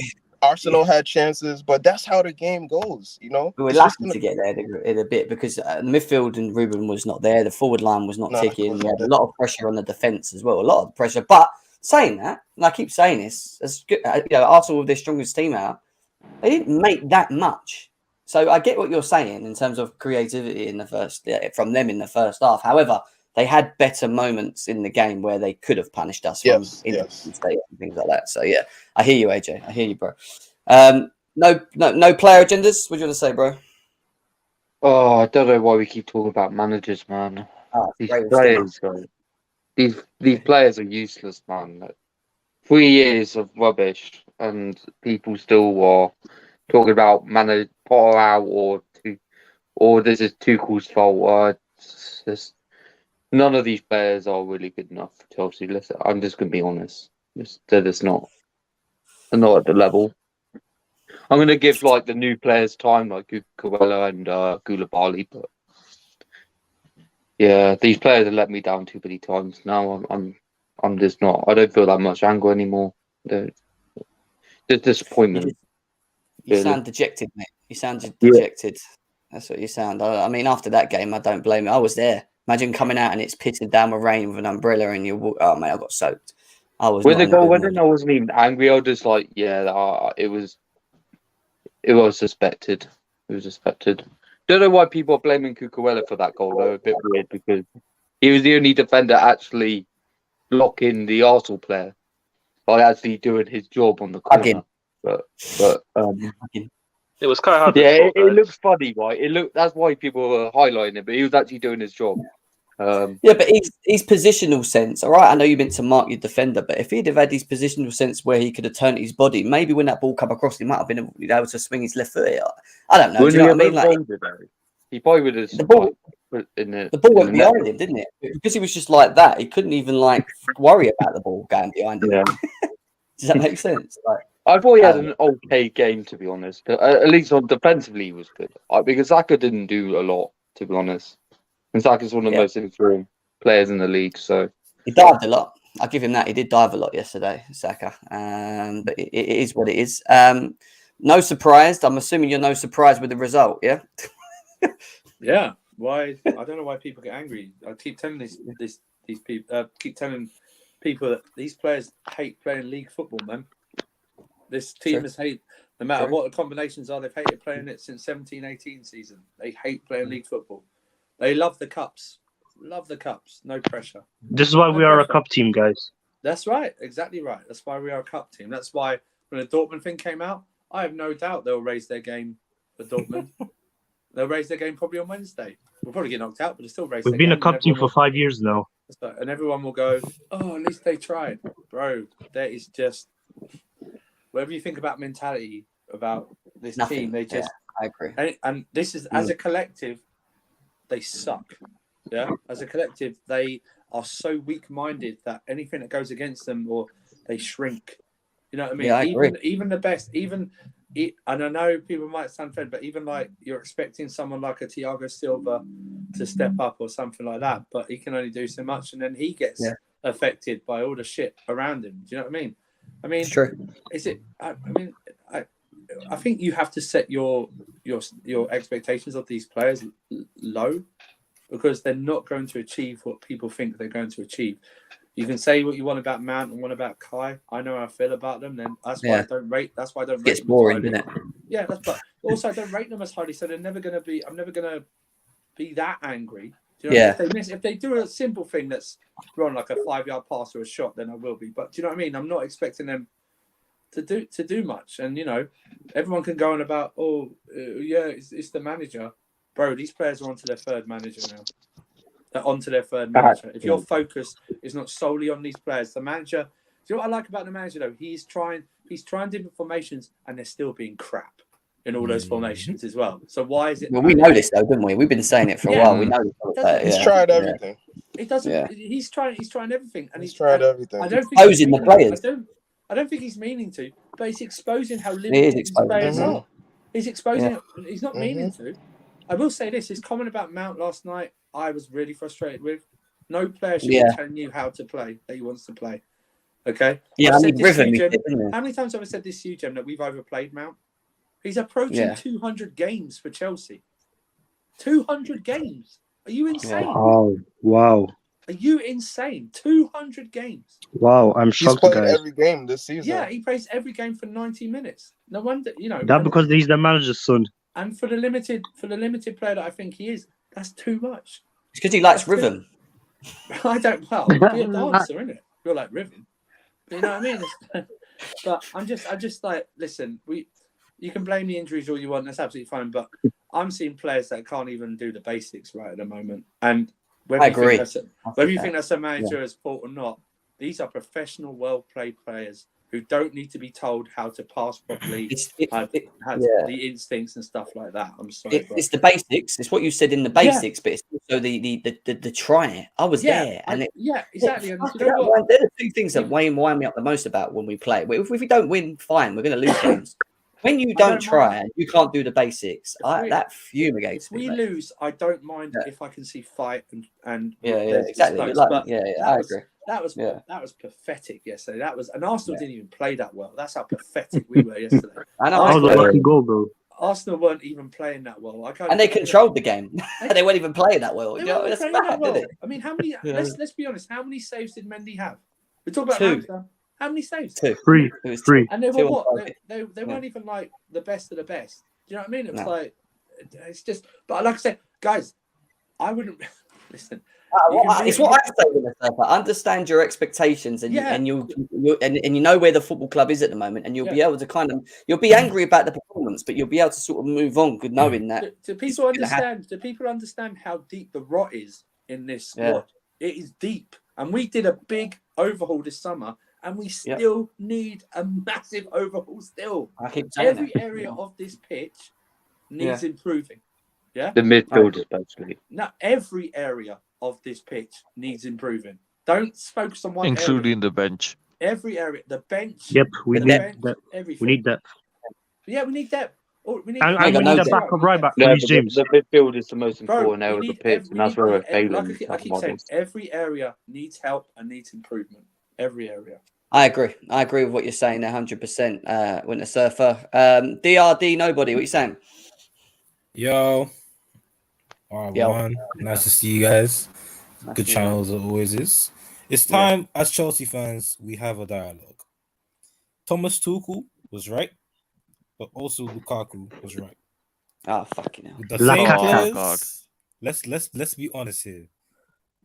Thomas Tuchel was right. We have the same players. This is the third manager. This is the third manager that this crop of players, the core, has gone through, and we're seeing that it's not really taking, is it? And let's be honest, Lukaku was also kind of right, because these attacking, the creativity this team lacks is actually striking. It needs Reece James and wingbacks to score goals. It needs defenders like Marcus Alonso to oh my god, he's in the box, score goals. Like it just has no bite, no pace. I'm very worried because if we do sign Nkunku, what to say he won't do a Werner? What to say he won't do a Havertz? I genuinely think the key to our success with Conte, with that 3-4-3, was having these three archetypes of midfielders. You have a destroyer in Matic, a tall, strong figure. We kind of got that with Zakaria. We could get that with Rice if we get him. Then you got the midfield maestro, the creator. That's Fabregas. That was Fabregas. When you needed someone to just pick out the perfect pass, that would be him. And then you got the engine. We've always had engines in our club. It's one of the main pieces in our midfield history. Essien, Ramirez, Kante, like we always have engines in our midfield. Those are the three archetypes. This team doesn't have that. This team doesn't seem to have. That's not enough, by the way. It's not enough as well. It's not enough. There's other areas in that you need as well. But yeah, go on.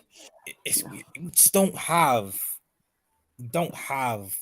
this natural build of players to move the ball and keep the ball, and then to create something out of typically nothing. There was one part of the game which really it didn't shock me because Arsenal are good, they've improved, but it was in our side of the half. They popped it around us. I think everyone remembers they popped it around us and they broke.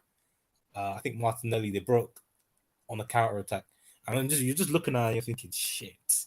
Yep. They're popping it, and we just can't. We can't do that ourselves. We have so many players that are limited. They're talking about the Jesus header, innit? I think that's the one I What really annoys me. So I understand that what we need, but the fact that when we went forward, I know it was very limited. We had no build up, nothing. We just lost the ball. It's like they didn't even play with each other. And sometimes it was very weird. But the way that even when we didn't have the ball and we tried to sit back, how easy they just picked us off and got the balls into the Sakas and Martinellis. And next minute it's 1-on-1s with either Aspie and Cucurella. And you're like, how are they making that so easy? And on top of that, why it's making that so easy is because with their wingers, they're natural dribblers. Natural dribblers attract players and they always find space. They always make space for themselves. And that's why we're so effective. Always so effective. And we don't have any of that. We don't have any of the It's disgusting because I don't care what anyone says. I don't care if Xhaka's making a resurgence. I've seen him when he's shit. So why is he able to do that to us now? Why? We've seen these players, these same Arsenal players. Yes, it's a bit different, but bro, we've seen some these guys are not that good. How have we made Xhaka look so good? Oh my god! I think they got Partey, who's it's obvious though, because I mean they have some good players who've just improved, but they also have an understanding of what they want to do. And one of the reporters asked Potter afterwards, but he said that your players didn't look like they know what they wanted. They didn't look like they know what they wanted to do on the pitch, which was true for the most part. Saying he wasn't able to execute, but they just haven't got an understanding of where they need to be on the pitch. And again, certain areas of the pitch where like Zinchenko's dropping into DM, and then you've got Odegaard splitting into different areas. I thought Jesus, he's not a great finisher, but my word, he ran our team ragged, bro. That's what he does. The positions he was picking up, the way he was picking certain midfielders, like he was just on another level. And when he dropped in, Jorginho and Ruben didn't have any idea of whether to pick up him or Odegaard or Zinchenko popping into spaces. Like we just got bullied. And again, it's about understanding. It's about having an understanding as a team of where you need to be on the pitch, but then also the quality to execute once you get on the ball. And we need to get on the ball in certain areas, which were good, but we just never were able to execute because we don't have the quality.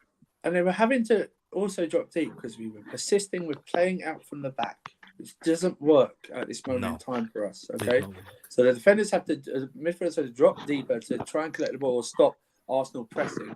Then there's a big gap in the middle, and we lose the ball, or we can't do it. And Sterling then has to drop deeper to collect it, and it just leaves Kai and Oba up there by themselves who aren't. And then when they look up, there's no runners in behind. Like Oba, he's jogging, but he's not because he knows he can't get past Gabriel or Saliba on any side. He knows he's not going to win that race. So everyone when we're locked in the back, and everyone drops 20 yards deeper, apart from the two of Oba and Kai. So it leaves a massive gap. They're not going to run in from behind because they can't do it. So we lose the ball. Yeah, because that's how we lost the goal. you missed. Silva. Yeah. We're You trying missed. to You get missed the what? Difference between What? Sterling and Yeah. Jesus is striking. It's so Oh, like boy. you've got Night and day. Jesus and Sterling both can't Um, really score, but Jesus really uses his body well to bring other players in. And he Sterling can't do dribbles. that. His He can take off, intelligence, man. it's the do knowledge it. of Yeah. the game and space and what to do with the ball. Like, it's way better than Sterling. Sterling is like almost like a chicken with no head once he gets the ball. It's just madness. There's no composure on it. No, if I Jesus agree. could finish, he'd be up there with Kane and Haaland, bro. Like his overall play is ridiculous. Like, and the Yes. fact that we could have got him in the summer, bearing Seriously. in mind that we have Champions I mean- League football. We're a team that won the Champions League recently, and we didn't go for him, and we took Sterling. Terrible talent ID You- from our board as usual. Terrible. That's the did type start- of he did player we start. need too. He, Somebody to I was drag in us the and Matthew lead Arden. us forward. I was in the Matthew Arden, and the ball hit me. It must have hit the Matthew Arden stand about 3-4 times from him. Like he had a real clear one. I think it was Martinelli cut inside, and he played the ball over the top for the header at the back post. He was on his own, and he Yeah. absolutely scuffed it. Like Yeah, that's when he's they not boxed Yeah, us he up off bluffed the it. pitch. From Yeah, he's not a good finisher at all, but No, like, no, he's not imagine him as like a terrible. winger for us, or just even an attacker behind like a Poacher and Aubameyang. Let's say if he was But in a then what- Chelsea shirt yesterday, we would at least be able to drive up the pitch a bit more. Yeah, win that's some what I'm saying. At fouls, least he gives get up the something. pitch, Look create. at the area though, Like, where look Yep. at the area where he You have none of that in this team. Look at the area he's allowed to dribble. He just knows Higher how up the to.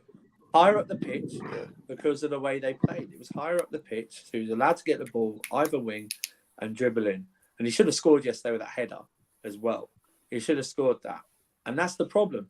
We're asking the guys who aren't good enough at dribbling to start dribbling from inside or They can't do it. That's not their Can't game. do Why it. are you doing, They people? can't do it I mean, from their Pulisic natural can side do of it, the but he ball. doesn't do it enough. Sterling, I thought, could do it, but again, he doesn't He's want not, to. he's So not it's that like, type of dribbler, Jim. He's not that type Yeah. of dribbler you're thinking about. He's Jim. not got, unfortunately, Sterling's a ball listen, carrier. He's not like he's a ball carrier. Exactly. He's got no trick. He's But not a good- Hazard. he's a he good can fit- beat he's a not man Hazard. with his speed. You know what I mean? Like he's got speed, isn't he? Like bang, you know what I mean? Like move it, What? shift it quicker. They're, Like like a they're all Willian. More like complementary a Willian players. than They're not leaders. I'm not saying be Eden Hazard specifically and his ability, like dribbling ability, because that was like say, but I'm just saying like you got speed, you got low center of gravity, you're actually all right with the ball at your feet when you go forward with it. Why do you not do it? Why do you just Yeah. fucking stop and then go backwards? Or just stand on the spot. Have you seen him stand on the spot and move his legs really quickly, but he doesn't go anywhere? And it's like, what are you doing? And then he done it. He got. To be fair to him, he was on his own. Man, In the Willian corner this once, right? season. He got surrounded by 2-3 Arsenal players. But instead of just running that way, he just stood on the spot and like I don't know how he still had the ball over 2 challenges, but he did, yeah. And then it was like, all right, release it, but there was no one around him for him to release That's it. And what it's I like, mean. It'd be he nice. got very it'd be nice to see- isolated. It'd be nice to Very see what he isolated. looks. It'd be nice to see what he looks like in a balanced, better Chelsea side. Yeah, I agree. Because Who Jim, else if do I you may, like? can I propose something, Jim? If I may, listen. Look. I don't think we're gonna get top 4. If I'm honest, I don't think we're gonna get top 4. I Agreed. thought it quietly for a while, but I think looking at it now, even though again I think Tottenham are a shit football team, but they have match winners up front, and if Son gets on good form, Richarlison gets back from injury, Kulusevski's a baller. He got an assist yesterday. Kane, who's obviously a brilliant striker, they might pip us in terms of finishing ahead of us. I think No. Liverpool, if they stay injury clear. I think Liverpool, if they stay injury clear, they can go on a run of 6-7 games winning, which I don't think we're capable of doing. United, again, there's question marks around them, but again, they have Casemiro, they have Anthony. They just have better players in certain positions that we just don't have. So again, top 4 is there to be got. I just don't know if I can trust these players to get it. But whether we get it or not, for me, I don't think that should be the difference between us still getting players like Nkunku. And for me, a must get this summer is Rafael Leao, because I'm sorry, I'm sick of seeing wingers who can't dribble past players, bro. Give me somebody who's a free spirit who will take the ball no matter what and just go past players, trap players to him and beat them. And has Leao. that, not just the skill to do it, but also the pace and power to do it. Because if he doesn't beat you with skill, he'll just wait you off the ball and just go past you, bro, and make I'll do something you happen. one. And we How many need that. attackers don't have think we brought into Champions this League football club? depends on And that, I just though? asked that question. So this is my thing, right? So no player generally said that we need Champions League to do it, and I think Champions League helps certainly. And I feel like without Champions League, we now have to pay more. We have to offer not just a bigger transfer fee up front, but also offer bigger Yeah. wages. But I think we can do that. I think we're a club where we can still attract these types of players, because you look at Man United. They For many years, they've not been in the Champions League, and I understand that they're a bigger club than us and they offer more money, sure. Yeah. But we're not miles away from them. We're not like an Arsenal or Tottenham. We can still offer big money. And again, I've seen United in windows where they're not in the Champions League go and get Di Maria from Real Madrid, or Pogba, he was the player of the year in Serie But A, or if Zlatan, he was the player of the Nkunku year in the is getting, French league. Like, we can get these players if you if put the money down. Nkunku is getting And offers Bowley's shown that he wants to do from that. Bayern and PSG and all of these type of places, like I understand that, but like if at the same time, why would he choose Chelsea? You know, unless he really loves Chelsea. You know, No, it's just like listen. sometimes He's opportunities only come around once in a lifetime, and they're not gonna just bank on. Okay, I'm gonna just go to Chelsea unless I love them. You know? those clubs. That's why we're doing this quickly. Those clubs are waiting for his buyout clause to kick in. Exactly. That's why we're doing it quickly. Also, Yeah, which can is I just good. say, It's proactive, can I which just is say, good. if it's not fourth, I'd rather finish eighth. Yes. Oh, Yes. 100%. yes. 100%. Yeah. I'm not doing. Listen, I couldn't be bothered the I last know what you're Europa saying. League. You know what I mean? Yeah. And Conference League, get out, man. I'm not doing We this. won I'm not doing that this twice. Thursday night, Sunday I'm not football doing it. Makes sense. bullshit, man. I'm not doing this. You know what? I'd rather. You know what? I'd rather get out, give longer for Potter to do what he needs to do. He's only playing once a week, twice in some weeks. That's it. But let him go in because I just think that would be better. Plus, that squad wouldn't get injured as much. Exactly. We lose so We many have to players. play Reece Like, look at James. Newcastle now. Newcastle haven't got a great squad, but they're playing once a week and it's benefiting them, bro. Like, Yes, Almiron's exactly. balling. Bruno Guimaraes is a killer, bro. He's a ridiculous centre mid. Like, and they haven't got to rely too much on their squad depth. Like, they've only got one major injury in St. Maximin, but the rest of the squad's been able to stay fit. You know So, what? I will not. yeah, if I will we're out not like Europe, respect that'll the be brilliant Europa for League. us. I would not respect the Europa League. We won it twice without trying in the past few years. That's Don't true. forget. That's true. Don't And one of them, forget. we're That's not the only winning thing it. that's the only thing I Nah. respect these players for. Whenever they drop into that B tier competition, at least they go and win it, unlike Arsenal and United. Like, at least we Yeah. go and win it when we're there. But at the Because same we're time, I a don't want another long run. We don't need that. forward. Like, we need to be That's getting back because- to winning Champions League. That's because we're a cup We team. need We're not a Casado domestic and league Havertz team. in That's our it. We're midfield. good at winning cups.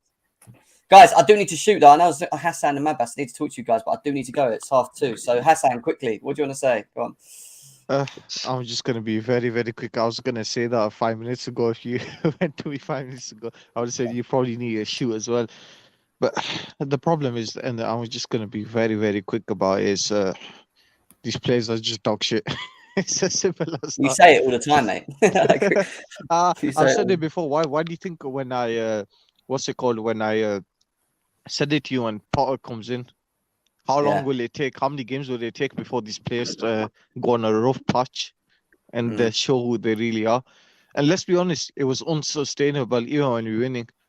And some of the old fans, including you, Jem, I don't think Prime Petr has won more than, or was going to win 3 times back-to-back man of the match towards the way Kepa was going. I can't remember the last time I remember a goalkeeper winning back-to-back man of the matches. Never mind they don't. 3. So Yeah, they hand on heart, bro, I ain't gonna lie, the wins were unsustainable. But the only reason why I wasn't saying it was because we won, and I don't want to be seen as negative. But in terms of actual performances, these players are actually dog shit. And what you guys were saying before about different formations, Potter exposing them. If anything, Tuchel actually exposed them as well. If you guys remember, from January to February, 5 different formations. They were still scoring 5 goals a year. We played Ziyech in his favorite driving position. He got like 1-2 extra assists. That's about it. These players are utter rubbish. The squad needs major surgery. And I'm not gonna lie, these poor performances and these poor form, it's the matter of fact that Potter's, no offense, whether you like Potter or not, he doesn't have the resume or this reputation to back himself as a proven manager. So I feel for him, but these fans are gonna scrutinize him as well as me. Yeah. And we're in a long rebuild, so I just feel for these fans, man. Like, they're just gonna have to be patient. We're not saying. I'm just gonna quickly finish here. We're not saying to lower your standards or anything. It's just to be patient.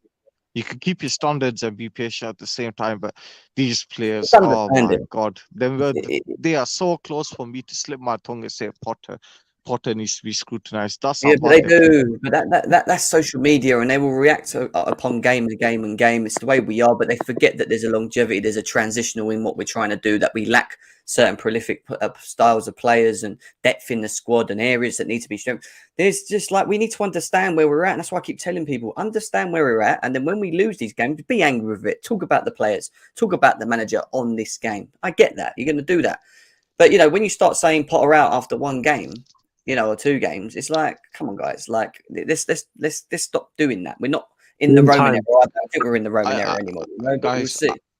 All I'm going to say is a quick message to these lot, Twitter, to all the people on twitter.com, bro. You could get likes for liking players and stuff like that in interaction. But let's be honest, the minute they walk out the door, you all going to be Nkuku, Liao and stuff like that. So stop defending these bums that you get likes and interaction for. Because the minute you switch to Nkuku and Liao, you'll still get the same likes. These lot of bums. Jorginho was our top scorer, scoring penalties. They're bums, so stop it. Please. Anyway, it was only like 7. Yeah. I've got to shoot. My best. Have you got anything you really want to say quickly? I've got to go, mate. What do you want to say? Big up, Jem. Go on. Big up. I just want to say I'm not happy with the result, first of all. Okay. And second of all, the reason why we lost is because we have mentality issue. We've had this for 5 years now. 5 years. Yep. Okay. Anything else? We need in the summer or in the January window, we need a creative midfielder, a backup right back for Reece James, and we need a winger, someone who can take on players. That's what we need in our team right now. Yes, sir. There you go. I hear you, bro. I do hear what you're saying as well. And we move on to the next game, which is Man City away. Ooh, are we excited? Oh my god. Man City away, and then Newcastle away. As Man City and Newcastle away. What's up? I said the Wednesday date, so I miss it. Yeah. Anyway, guys, I've got to shoot. Got lots to do. Take care of yourselves. Enjoy the rest of the day. I'll be back very soon. Smash the likes, share, leave a comment, do all that jazz as well. And see you again very, very soon, man. Take care. Bye.